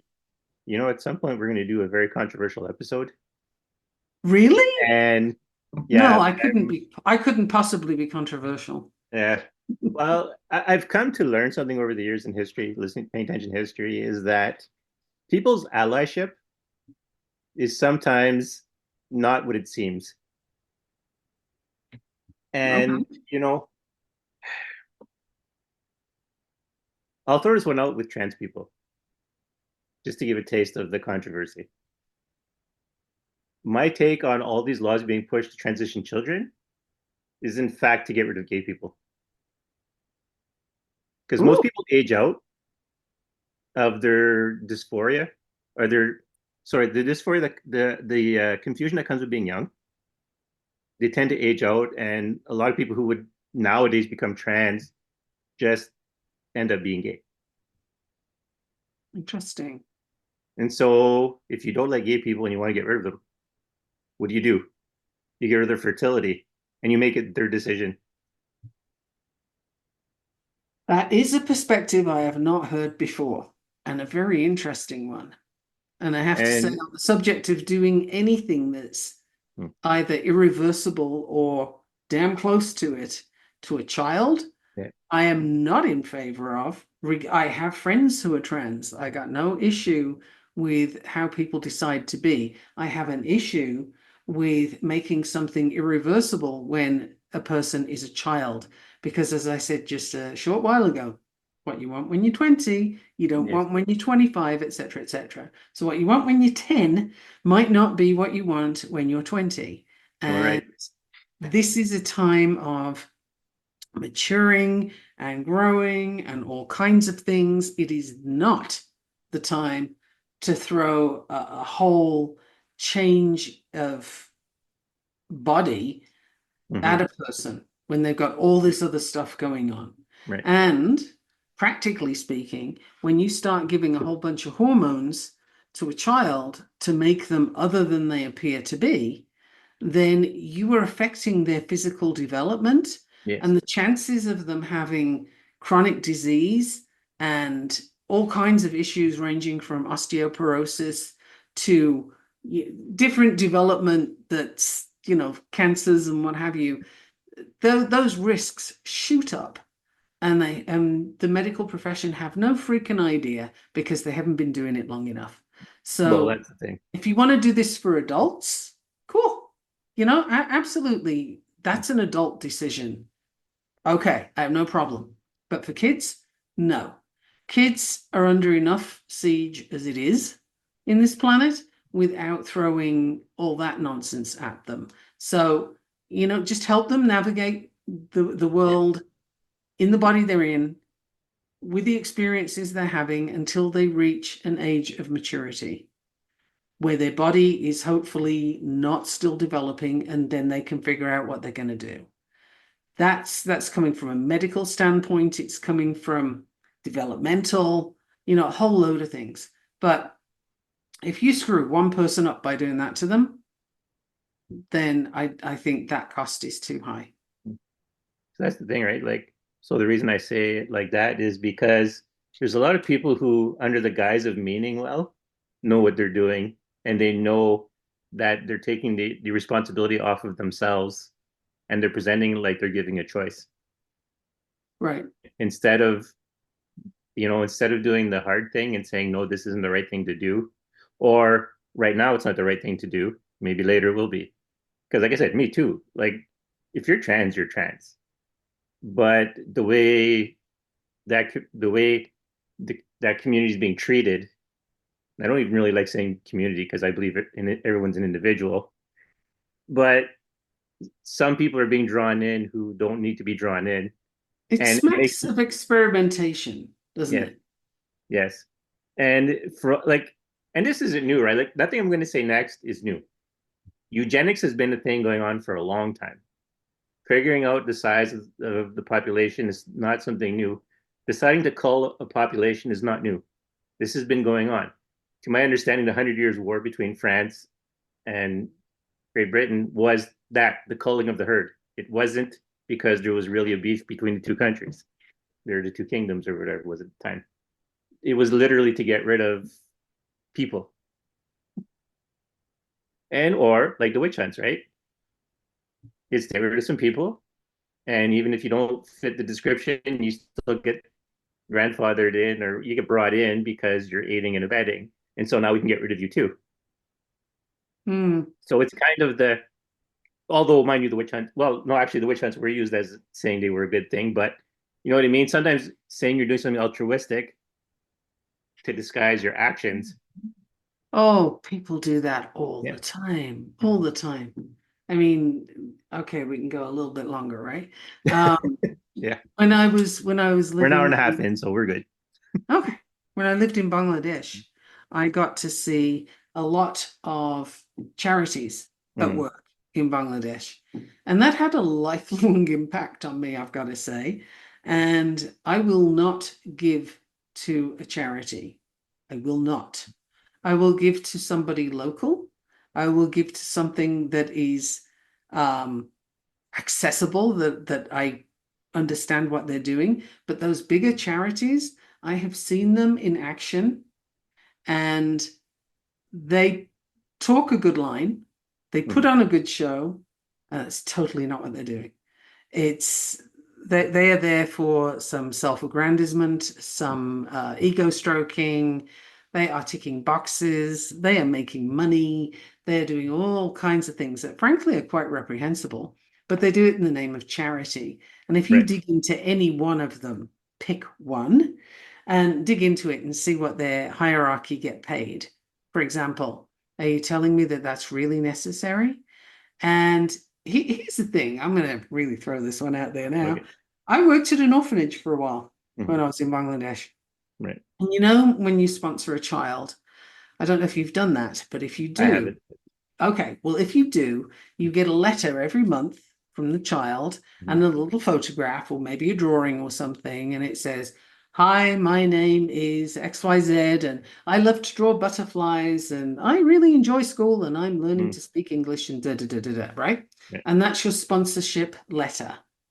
Anybody listening to this that sponsor Mm, kids should be wriggling in their seat right about now. mm, Okay, so here's the thing. The people at the orphanage, the volunteers, such as myself, mhm, are the people who write those letters. They are not the kids. And a pretty kid could mhm. have 5 or 6 sponsors. Right. An ugly kid won't have any. And it won't make a difference because what happens is the money that comes in goes to the management of the orphanage. I mean, management people. Mm, And where that goes, well, the one I was at, the person running it had 2 houses in Canada, and one of them had a rather large swimming pool. So we'll right. just leave that one where it went. Mm, But, so there are things like that. Now you could argue, oh, well, the children don't have time, or it's hard to locate the particular child in such a big orphanage, etc., etc. You can have all kinds of stories behind that, but the fact is, it's a lie. It's fraud, right? Because people are writing instructed to, like, it's not that you choose to do it, you have to do it. Once you get there, this is one of the duties that you have is here's your pile of letters that you need to write, and you have to write them in this style. That's not the only place that does it. I'm not going to name the orphanage, but there right. are, pick one of those ones that say for just $1 a day or for the price Yeah. of a coffee. Da da da. Uh-huh. No, Yeah. I will not give to those. They are Well, they are not who they pretend to be. yeah. Well, even and people can fact check this for me if they think I'm wrong, because that's fine. Band-Aid, same thing. Band-Aid, they raised the money and then they gave it to the corrupt government they were trying to the people they were trying to help to be distributed by the government. Oh yeah, no, I'm but like, why did you but do in this then? Bangladesh, in Yeah. Bangladesh, when I was there, and I'm not speaking about it right now, and it's in a hot mess right now anyway, but Yeah. when I was there, the basic way of the place working is bakshish, which literally means money for nothing. It's a Yeah. bribery, and you have to We cover bribe that in a future episode. the Mm, managers and the ministers and what have you to let the aid in. And then you bribe further for it to get somewhere else, and you bribe all the way through. Everybody gets bribes, and guess what happens? The stuff ends up in the local marketplace for mm, people to buy. Exactly what's happening in Gaza as well. mm, You send the aid, it mm, doesn't get to the people you're sending mm, it to. It gets siphoned off. People are making money out of it. And the people who are suffering and being mm, miserable are still suffering with a miserable life because nobody's helping them, no matter how hard you try. You can't get past the corruption that's there. And that's exactly what happened then. It's what's happening now. It will continue to happen. And everybody buys into it because people like to feel that they are doing good by sending money or sending goods to this Yes. particular place. And the recipients, and I'm talking the ministers and the moneyed recipients, Yes. um, they're just laughing because you're stupid enough to keep sending it. We'll keep Mhm. taking it. Thanks. And they don't actually care about the people that you're trying to help.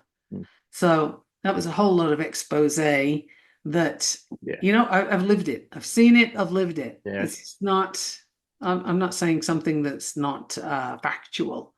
And anybody that's been to either of the countries I just mentioned, or I should say country and place, Yeah. um, anybody that's been to either of those will know it's true. Hmm. That's yeah, that's the thing, right? Like that's another part. Like when I have discussions on politics, it's like, where do I start to tell you why this candidate probably isn't the person you think they are? Right? Well, Like, they're not. even to be a little bit more topical, like every time I decide to go see a movie, I ask myself, okay, what are these people involved in? What is the director involved in? What is the actors? What are the money behind the movies involved in? Like half the time, like frankly, for the majority of times, I don't even want to watch anything because I'm like I'm supporting somebody doing something creepy or corrupt somewhere. Well, yeah, that's true. And a widely different topic to witchcraft. But, Yep. Yes. I think I think Yeah. it's still valid for a discussion. And I don't know that we would fit one in under that heading on Think Like a Yeah. Wizard. But, it's important stuff to think about and to just be aware Well, that and what that's you the think you're thing. looking at isn't Yeah. necessarily what you're looking at. In fact, it rarely is. Yeah. But that's part of, I mean, it is like, I would imagine people are listening to the podcast to get more of yes, the mystical side and the woo side. But like we said before, it's all intricately linked. You Hmm. can't, like, yes, you can not talk about the woo when you're talking about politics and when you're talking about how people behave. You're doing yourself a disfavor in some circumstances, very much.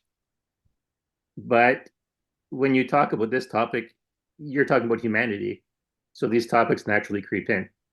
And it's true. If you give your money, which is you giving over your energy, Hmm. someplace or another, and you're giving it to people to do bad things, that's like summoning something that you know is going to do something wrong. And actually, what's just come up for me as you're saying that is people, human beings generally, do not value their most valuable currency, which is their time and their energy. Yes. People don't value that enough, and we're taught that from very little to not value it. But if you take nothing else away from today, please reconsider how you evaluate the worth of your time and your energy, because Mm-hmm. those are two things you don't get back. Yes. Money is just a thing. It comes, it goes. You have it, you don't have it, you use it, you don't use it. Like whatever. Right. It's a thing. It's transient. Yes. But your time and your energy are precious, and where you put them is going to make an impact on what you do next Mm-hmm. and how you do it.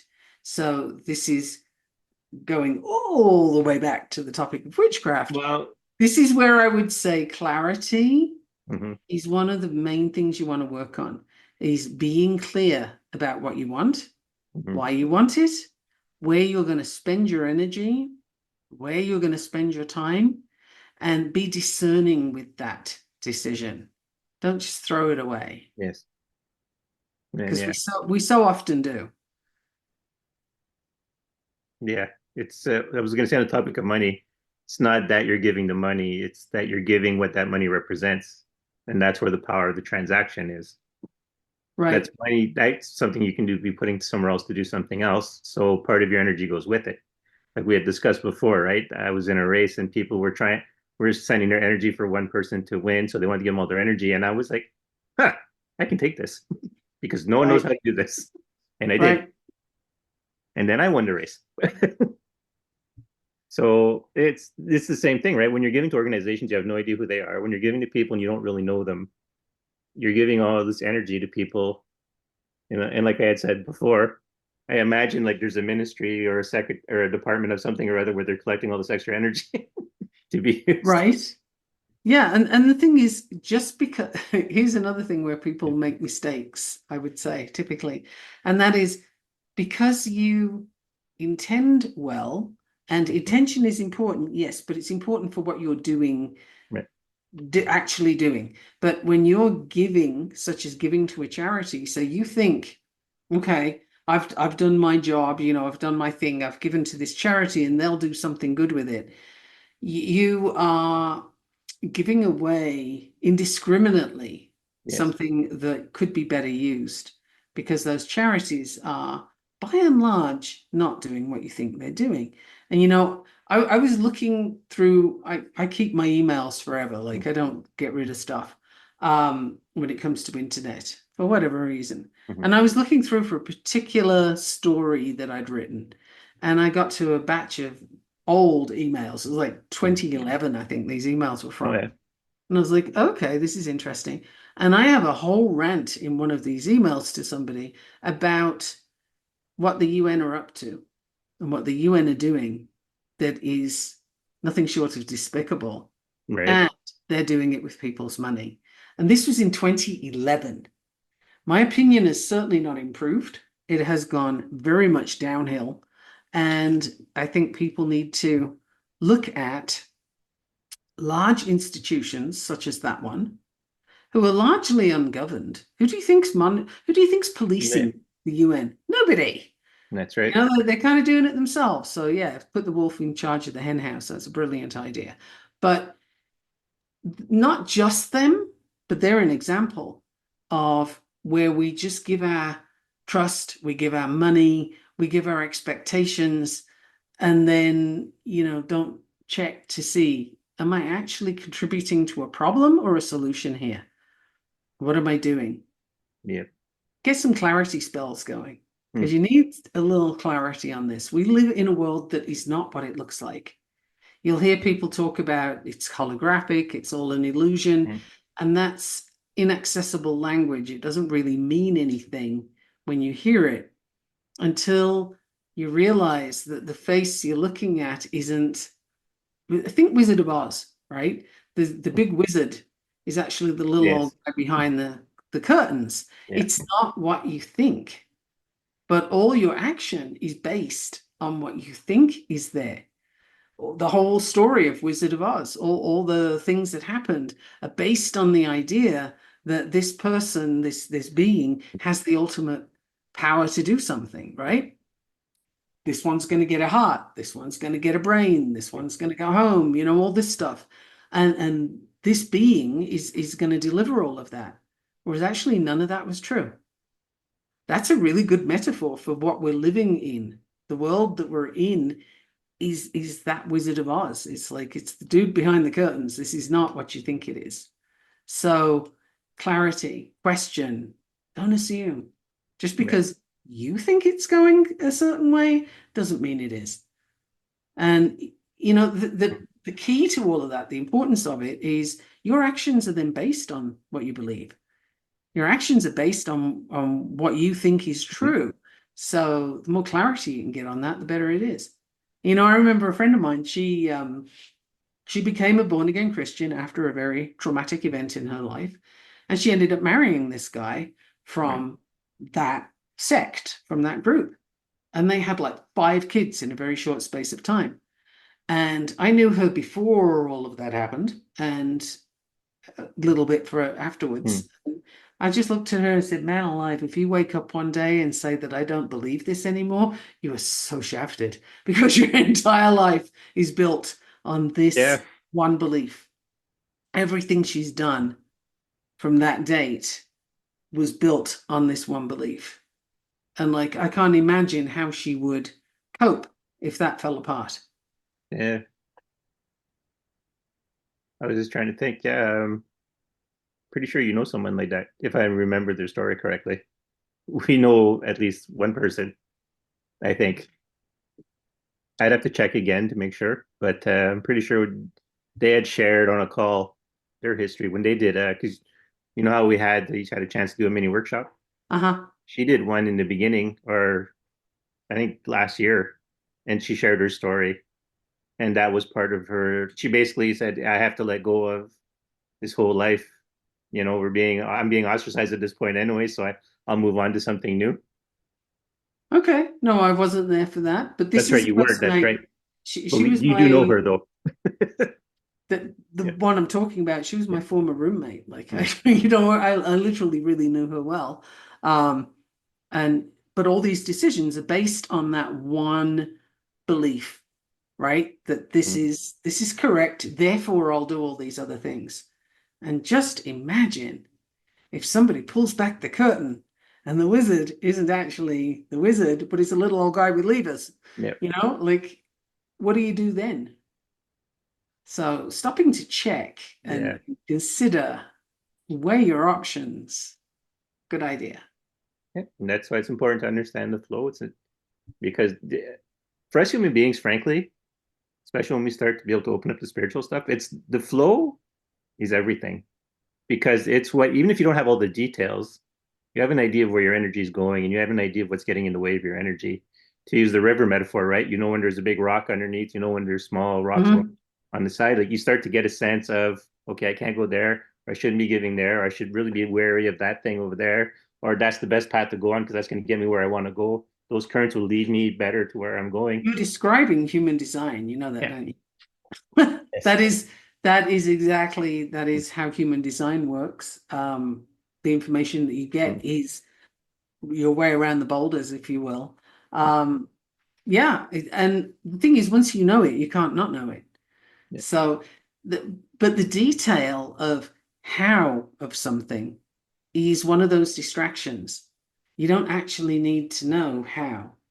And people tend to get kind of unnerved by that, but you don't need to know how. You just need to have an idea of where you're going and pay attention, be aware. Really Mm. look at what else could this be? There's some great expansive questions you can ask yourself. If I didn't believe that, what else could it be? Mm-hmm. If I didn't think this, what else is possible? I was in a situation that I told you about Mm.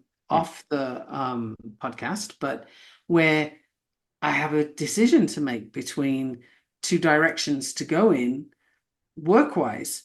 Yeah. And I caught myself thinking, I have to say yes to one and no to the other. What am I going to do? And then I realized, wait, no, I don't have to do that.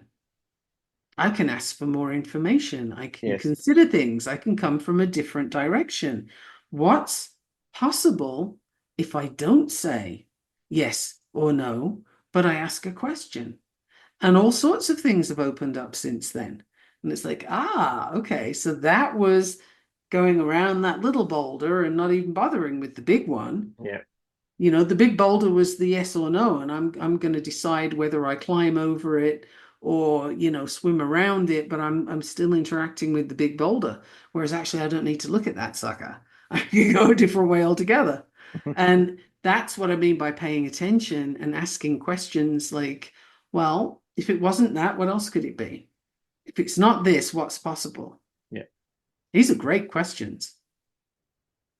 Yep, and it's funny, and it does. It still comes back to it comes back to the greater point of hand of the podcast, of being aware and, well, literally being awakened, right? I, a lot of times I still find the word awakening or awakened still a loaded expression because of, again, other podcasts and other people doing tours and other people, It and gets even hijacked. well-meaning people, yeah, and even well-meaning people, like It a gets lot of it gets times, hijacked. People yeah, tend to use word awakened to mean you agree with me. yeah, Like, basically, yeah, it's when you're awake, you'll understand that it's this. mm, Uh, I don't know. Maybe you will. It's one of those words that's been hijacked and misused. mhm, Authenticity is another word that's hijacked yeah, and misused. And basically, people will tell you, be authentic. And they mean it so long as you agree with them. yes, Toe the line. But if you step out of line, then you're wrong. And it's just, okay, so that word didn't mean what you thought it meant. yeah. Okay. Or you're using it a way that I don't understand because That's not what that word means. Awakened, authentic, transformation, all these words get savagely abused. The poor English language is suffering no Yeah. end. I imagine it's as bad when it's translated, but that's the one I work in. So, Yeah. Yeah. It's gone on since there's been language to use to manipulate people and to be misworked and misconstrued or misrepresented. It's been, mhm. Yeah, and you it's take a funny. thing and then just, use it to death, and and people lose sight of what it actually meant Yeah. in the first place. And so it's hard to see when somebody is using it in the original way, in the way it's meant to be used.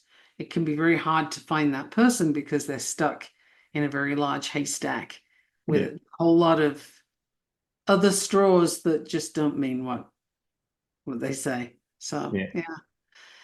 Yeah. So Yeah. awakened, it's one of Yeah. those words. Yeah. Enlightened is another one. Oh, yeah. Well, it's like when people say, "Oh, you're weird." I'm like, in the original sense, Right. because people don't know what the original sense of the word weird means. They just look at it as, "Oh, you're strange," but not realizing that very much tied into the podcast. It's about being connected to destiny, to the spiritual, to the you're weird because that's what you're connected to. Not and so yes, you have strange what looks like strange behavior to other people, and then it just became to mean strange behavior. Right. Well, think of witchcraft too, wise women Mm-hmm. and the craft part. What does Mm-hmm. craft mean? It means to make things. What Yeah. do you make? Well, potions to help people get Mm-hmm. better, and you make things. You're not breaking things. There's nothing negative there, but again, thanks to Disney and various other Mm-hmm. places that give you the green-faced witches Yeah. and all that stuff. My pretty, I've been it's resisting making comments about turning green when you become a witch, but right. Well, you could always paint your face. I mean, hey, we're in October, so yeah. you do you. But it's so funny actually with October being such a witchy month. Right. It's interesting to see how that goes. You get some cases where, oh, Florence went to Whole Foods and bought some herbs and now she thinks she's a witch. Yeah. And it's like, well, you might be. But it's an interesting time where again, not everything is what it seems. And Mm-hmm. not everybody is how they present themselves. Yep. That's definitely legs itchy. But anyways, that's definitely a thing. Absolutely. It's the when you open your mind, you start to see certain things about certain people that you didn't realize existed before. And some things where you thought raw behavior on someone, you suddenly realize, oh, that makes sense because now you're seeing why it happens that way. And then all of a sudden, what Hmm. seems to be crazy or seems to be weird or seems to be a person going in a wrong direction is actually them going in the correct direction to get to where they need to go. And here's the thing in again going to the human design briefly is sometimes you'll know a person who behaves very differently in specific company. Yes. Whenever that person's with this one, they're always behaving this way. Well, there is every likelihood that if you looked at their two charts, you would see that when they are together, the definition changes Hmm. because they will have what's called hanging gates, which is where you have one gate but not both to complete a Right. channel. Just work with me on the Hmm. language here. So Yep. the point is, if you have A and I have B, when we're in company together, we got C, we got the channel going on, Right. and that creates a whole different way of showing up, a different energy. Whereas if you've got A and you're with somebody else who has neither of them, or they also have A, that shift doesn't happen. Yeah. Do you know And what's about this? Oh, no, go ahead. depending on what it is, Yeah. depending on what the shift is, it can be more noticeable in some people than others. Yeah. It's funny because, and love you, sis, but my sister, my older sister, and she knows what I'm going to say next. Depending on where we are and who's around, especially when it comes to family, I'm like, pick a relative. Just pick one. I don't need you acting like two or three different ones. Just pick one, use that person's personality. and go with it. Don't change every time you get a new person. But you see that's the interesting thing is you can't help that. Yeah. If it's your human design that's shifting that way, then that's just how you're going to show up. Knowing it is three Mm. quarters of the battle, if you will, because when Yeah. you know that this is going to be prominent for you in that person's environment, then you can learn how to work with it or how to offload it because it's temporary, Yeah. right? So there's that feature as well, and it's very interesting. You'll be drawn to people who have what you don't have defined, which is Mhm. another thing. So all of this is energetics. All of that stuff is about your energy and how it works. But you'll hear people say sometimes, "Oh, so and so did this thing. That's not like them." Mhm. And for as long as I can remember, even when I was a kid, I used to say to people, but it is, or they wouldn't have done it. Like it is like them. It's just not the version you know, Mhm. right? Well, that's, Like, yeah, totally or true. it's not what you Yeah. think of when you look at that person. I mean, I would word it differently as a kid, but it was always apparent to me that people don't do things that aren't like them. Otherwise, they wouldn't do them. That's right. It's funny because the reason I tease my sister is because it's a weird feeling when you sense the flow. You can tell who she's connected to. Like it's not like there's like two or three relatives like that have a really strong influence and but it's almost like sensing both of them as the same person sometimes. So it's just like pick one. I'm tired Hmm, of sensing two people as one person. interesting.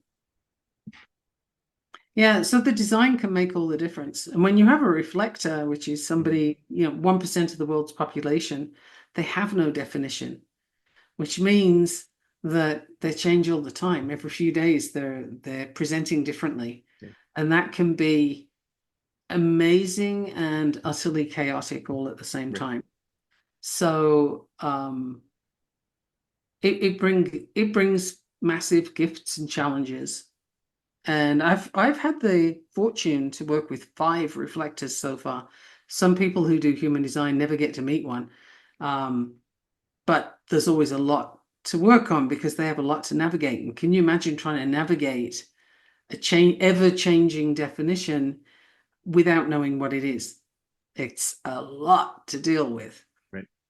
Like 2 famous people that come to mind who are reflectors. One is Sandra Bullock, Okay. who can be anybody when she acts, but her personal life's kind of chaotic, right? And the other one, think of some of her choices. Well, I was Jesse thinking because James. you're right. Jesse She doesn't James always would play be the same one. character. Like Sandra Bullock doesn't always play the same character.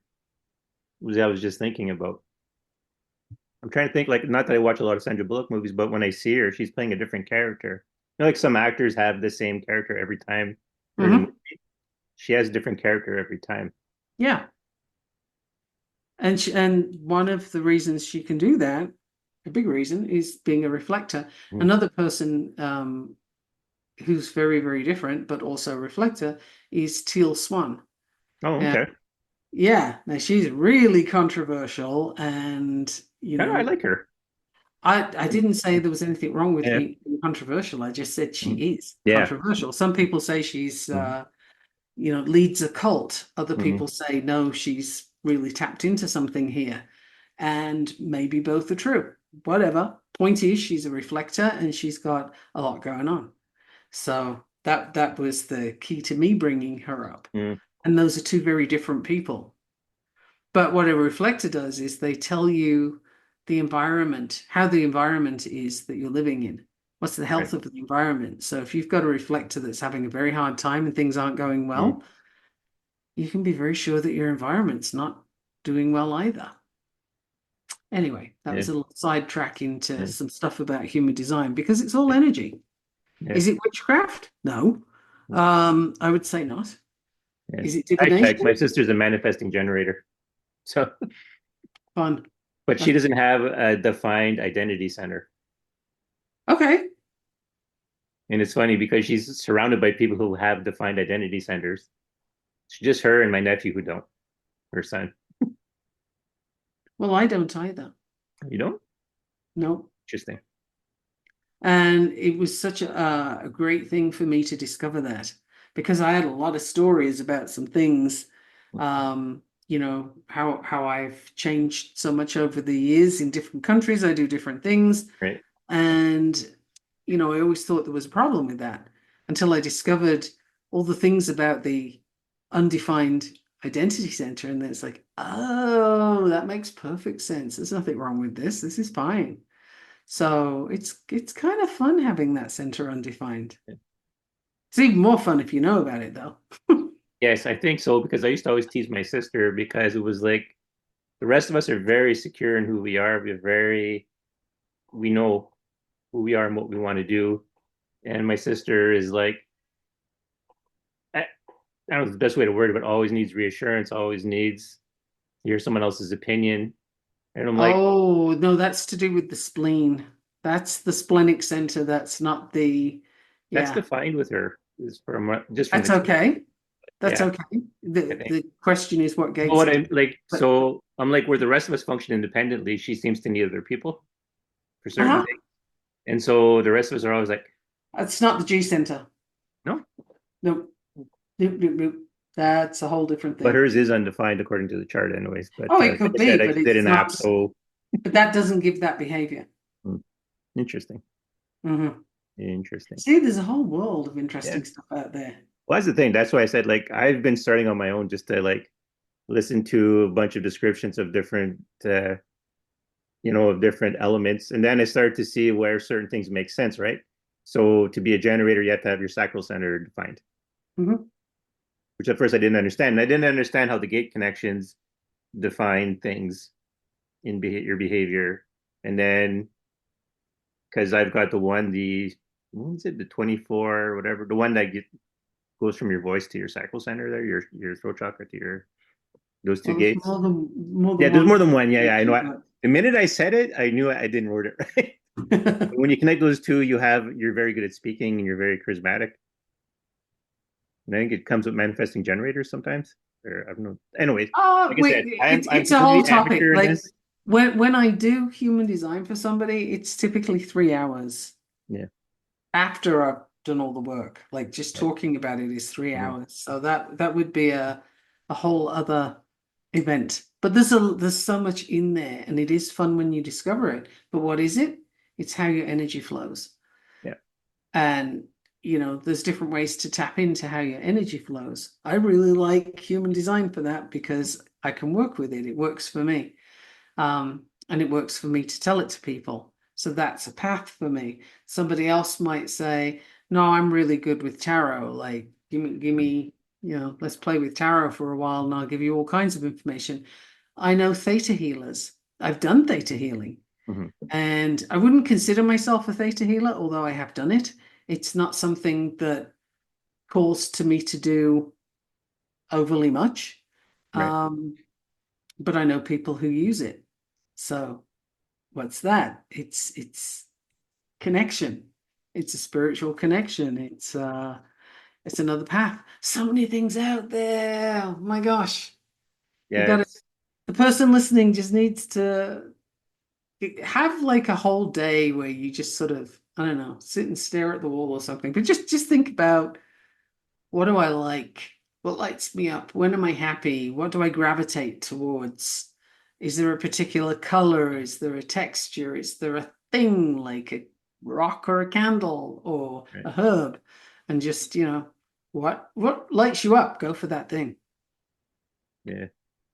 It's very interesting. Yeah. Even when I decided to do this episode, when the thought came to me, or when the inspiration came to me, I'm like, we're asking a lot to pin down a definition for something that has such an open-ended way of going about it. And but I wanted to do it because one, gives Michaela time to shine again. And it opens up a lot of discussion on how to be who you are, in It, all it, honesty. I think we've done a lot of, hopefully, we've done a lot of thought provoking, as seems to be what we do when we get together. Yeah. And what I would love is if the person listening has questions, Mm, the subreddit, or, right. message Mhm. me. It doesn't matter, all of the above, any of the above, but ask the questions Yeah. because if you don't ask them, we can't answer them. And it's funny because I had thought, you know what? We'll make this a really, really, really good episode, and I'll bring on the person who had the question in the first place, and then we'll talk the three of us. But then the flow said no. The spirit's like, no, we're not doing it that way because probably more stuff to talk about that we wouldn't have spoken about had we done the interview part. Because I kept getting feedback of not doing it like that. But I wonder if that would be a good thing to do later when that person has had time to pay attention. Yeah. Well, What have they found, and what questions does that bring up? Because there's always questions. We always yeah, have questions. I've always got questions. yeah. It's funny because I've been thinking about the idea. So listeners, pay attention to this. I was actually thinking at some point we should bring on listeners and see what they've learned over the time of the podcast and see the impact Ooh, we've had on people. throwing the wild card in there. Yeah. Woo! Well, because it's interesting, right? Because a lot of times you won't see it on podcasts until someone becomes also famous in the field the podcast is about. You know, they'll say, "Oh, well, I used to listen to your podcast," and then they kind of went into the field. But it's not the, "Oh, you've listened to our podcast, so what do you think about it?" Right. Oh no, I'm Or perfectly happy to. or I know some people will give it like if people have like a Patreon or something like that, they'll offer like, "Oh, we'll do a chat or we'll do a thing behind a paywall." And it's not that I haven't thought about those things, but the point of the podcast is not that. The point of the pod, like, and I do offer up a link if, to buy a coffee, whatever, if you want to support the place, support the show. But this isn't a money making endeavor. So it's a sharing information endeavor Mhm. because not everyone is wealthy. And this is a field where I've answered this question before. Actually, you were there when I answered this question. A lot of people are poor and some are homeless and some are in very rough shape financially and stuff in this field. So, And there's different reasons for that too. yeah, But yeah, not everything has to be tied to money also. right. I mean, money is important. We need money because that is the currency of the planet and that's how it works. So that's important. But I have never thought about money in relation to this podcast Right. in any way, shape, or form. I give my time to it, which is very valuable to me. Right. Um, and I'm prepared to give that. But it's a space where we're doing some sharing, Mm. and it's kind of a community offering, if you will, that Yeah. feels appropriate to do, And I'm the first person to tell you that well, I said earlier that I'm here to help people. That's what I'm on the planet Mm. for. Well, one of the ways I know that is I get an immediate reward by helping someone. It's Right. it's instant and it requires nothing. It's just there. Yeah. So, if I didn't have to have money in order to buy food and pay mortgages and stuff, then it literally wouldn't be a consideration. Yeah. Um, but that's not the case. So finding a balance Hmm. between I don't have to ask for money here, I'm going to need some money here. And that's basically how it goes, right? But having something to be able to give, I think is it's great. That's very cool. That's where it's at. Yeah. It's funny because in most of my endeavors, well, I don't know if I'm going to word this correctly because it's been kind of, as a person who is spiritual, I've lived beyond my means many times because whereas I don't ask for anything, people give because they want more, you know? And so, but now the way my spiritual endeavors are working, this is free, but the training is not free. And I'm told never to make the training free. And that's right, because when you give something for free, by and large, it's not valued because the energy exchange isn't there. And the person receiving it can't receive it properly. They cannot. If I said to you, I'll do 3 hours of human design and I'll charge you $20, right? You Yeah. would probably look at that and say, well, okay, I don't think I'll bother with that. I'll just do it myself. Or Right. there would be some narrative, even if it's not conscious, there's some narrative about the value of that not being very much. Now, if I said it's $1,000, you'd be like, whoa, okay, this is some serious stuff here. Yeah, well, And that's the thing, right? I got to figure this out, right? But the energy is so different. And one of the things that I've said to other coaches before now is, okay, I'm going to tell you I have a coaching session for you, and it's going to cost you $50. How are you showing up? How are you? Let's just assume you're going to pay the money. How are you going to show up for a $50 coaching session? Yeah, it's You might be late. yeah, You might not pay too much attention. Something else could very easily take its place. It's not a big deal. Now, if I said to you, okay, I'm going to coach you and it's $10,000 for an hour and it's worth every cent. yeah. Now, assuming that you were going to pay that, how would you show up for that session? No, I You'd I'd be be dressed. early. You'd be ready with some questions and you wouldn't miss one word I said Nope. because the value was placed so high.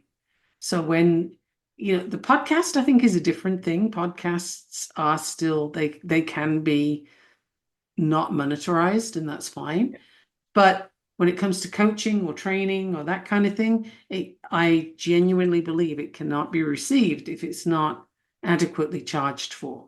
You just yeah, have to figure out what works for you. yeah. It's funny. I always feel like nothing to do with witches anymore, but and it's usually a conversation Michaela and I would have after the podcast. But it's weird in that I always look at training people. I always kind of think about it as, if I had like an estate, I would put people to work for me, and that's how they would pay for their. But it would also be a lesson, right? Because I would also put all the tasks I'm giving them as part of the lesson as well. But I would put them to work, and Hmm, everything they would be doing would be day in and day out. They would be living in the lesson. But online, you can't do that with people. So it's a right. whole new thing for me, and it's a whole new way of doing stuff in my Mhm. existence of training people. So I am actually more reliant on the spirits I work with to do the work because they're the ones who do the work after I'm off the call or off Right. the session. So But yeah, money, we could sometime do a whole thing on money, the energy of money, because people have so many dysfunctional stories around money. And mm-hmm, it's as an item to exchange for other items, it gets an unbelievably bad reputation. It's wild.